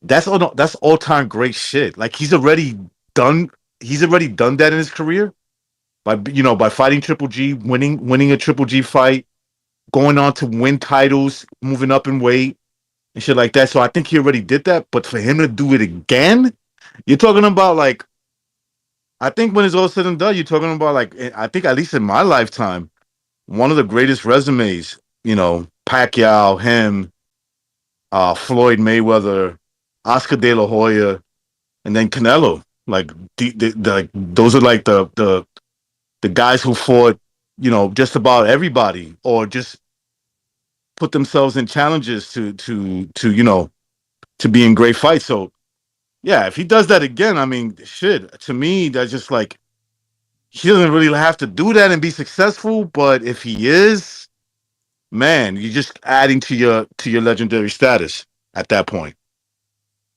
Well, there you go, guys. Now, listen, I got to go get a grab. Jeez, Luis, I'm losing my train. I'm losing my powers of speech here. My goodness gracious. I got to go eat and then get a nap or go to sleep, rather. It's 10:30 in the morning. Jeez, Luis. Time to go. But, fellas, thank you for joining us. Really appreciate it. 10:30 in the morning. Where are you? Excuse me, at night. Did I say in the morning? See, I'm all over the place. I need nourishment. Yeah. I need nourishment. I need food. Are you wearing your little kind of like the after season kind of Santa hat with the little snowball on the top? What do you call it? Yeah, that cartoon pajama. What are they? Yeah. Hold on, let me. Cartoon pajama. Sounds like there's a ghost in somebody's microphone, bro. Yeah, that's Gonzalo right there. He's got some things going. I think his internet is possessed. This type of little hat there. See that in the pajama hat? That's what I wear before I go to sleep, man. Look at that. Where did those pajamas come from? He has Canadian flags as underwears all over. You know what? I gotta be careful whenever I Google something and put is the filter on. Yeah, because I remember on Second Renaissance, I wrote teacher fights student or something like that. And I put it on Bing.com. And I didn't know this, but there was no filter. It was unfiltered. So teacher fights student and a bunch of porn came up. And it just for a flash over there on Rumble. But thankfully, Rumble doesn't care as much as YouTube. So nothing happened. But got to be careful when you start Googling things and you put them up on the screen. Be that as it may, fellas, thank you for joining us. I want to give a big shout out to Recognize Sobers and Gonzalo for dropping by. Everybody that called in, everybody that donated with the super chat. Shout out to you guys. It really helps us out. And again, we'll be back on Friday for the Open Lines Mayhem show, and then maybe a countdown show. And depending on what happens, if there's a big upset or a big war, then perhaps we go live right afterwards for a call-in show, and then of course the customary Sunday show. So shout out to you fellas. Thank you for joining us. Shout out to Dex. Can you give a prediction real quick, BDA? No. No. Ah, damn. All right, I'm gonna keep everybody. No, but wait a minute. I thought hold on. I thought I already wrote it down. Didn't you say Canelo stoppage via left hook? Let the man speak. Yeah. Recognize. Let the man speak. Yeah, but then I mean I seen that because I was watching them and I was watching him fight Derevchenko, and he leaves himself so open for when he throws his hooks. But then Canelo, I was watching their Grand Rivals. Canelo said he doesn't think it's going past 8. I'm gonna take him for his word, bro. I think Canelo's gonna knock him out in 6 rounds, bro. Wowee. All right. Did he really said he's going for the stoppage? He said, I don't think it's going past 8. You know what? That's interesting because Canelo, in the build-up to the Charlo fight, here's something we got to remember about Canelo. He's been usurped and overtaken, overshadowed now by the accomplishments of Usyk, Inoue, and Crawford, especially Crawford in 2023. That's when he scored that Spence win. And he was very cognizant of that going into the Charlo fight. And people were saying after the John Ryder fight, he's on the decline. He's not the same. Some people were even saying he was shot. So he said, he made some comments. I forget exactly what they were, but he said some comments leading up to that fight that he wanted to prove people that he was still pound for pound. And he did. Against the undisputed 154-pound guy, had him running all over the ring, barely lost a round. So I think going into this fight now, he knows that the Benavides fight is in there, and he wants to show people, look, youth and size doesn't mean anything. I'm still Canelo. So I think that's why he's always taking training seriously and all that, because he has something to prove still, even after this long career. He seems to be taking what people are saying about him to heart. So if he's really talking knockout or stoppage, interesting. Very interesting indeed. All right. Listen. It was a lot like me, right? When somebody says, yo, hey, Recognize you're getting old. I take off my shirt. I'm like, I'm still in my prime, motherfucker. And then I start working out. I'm working out, right? But then it kicks in like, oh shit. I can't work out as long as I used to. I think that's Canelo. Wait, you start when people say you're getting old, you take hold on. When people tell you you're getting old, you take your shirt off and immediately start working out in front of them? Like doing push-ups and stuff? Yeah. Or what? Yeah. I started doing push-ups, everything right there. Interesting. And then Hey, at BDA, which point? At which point does the police come? At which point does the police come in and pick you up? It depends where I'm at when I do it. If I'm in the middle, Hey, BDA, recognize it's gonna be like that. The what do you call it? The main guy from the WWE or WWF, McMahon.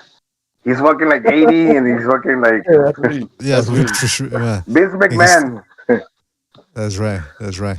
All right, well, listen, fellas, thank you for joining us. Really appreciate it. I want to give a big shout out to Rapax Trucking Company in the house. Shout out to him, 10-4. Darky Dog, shout out to him, another one of the initiated. Daisy Sanchez, Quentin Lassiter, Eparokua, Baron Ivola, Sean Anthony. Shout out to Sean Anthony. Dex 2024, Anthony Contreras, Eparokua.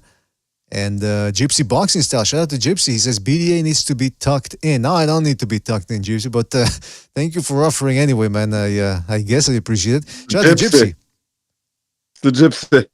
It's a Gypsy. Hey guys, it's Gypsy. Hopefully we hear from Gypsy again because he was here on the last show. It was good to hear back from him. Yeah. And I know, Gypsy, you know what I'm gonna ask, man. Next time I talk to you, you know what I'm gonna ask.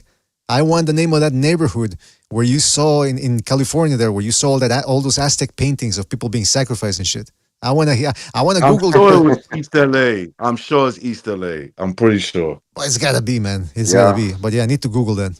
Yeah. I need to Google that. All right. He's an Armenian that was raised around Mexicans, I believe.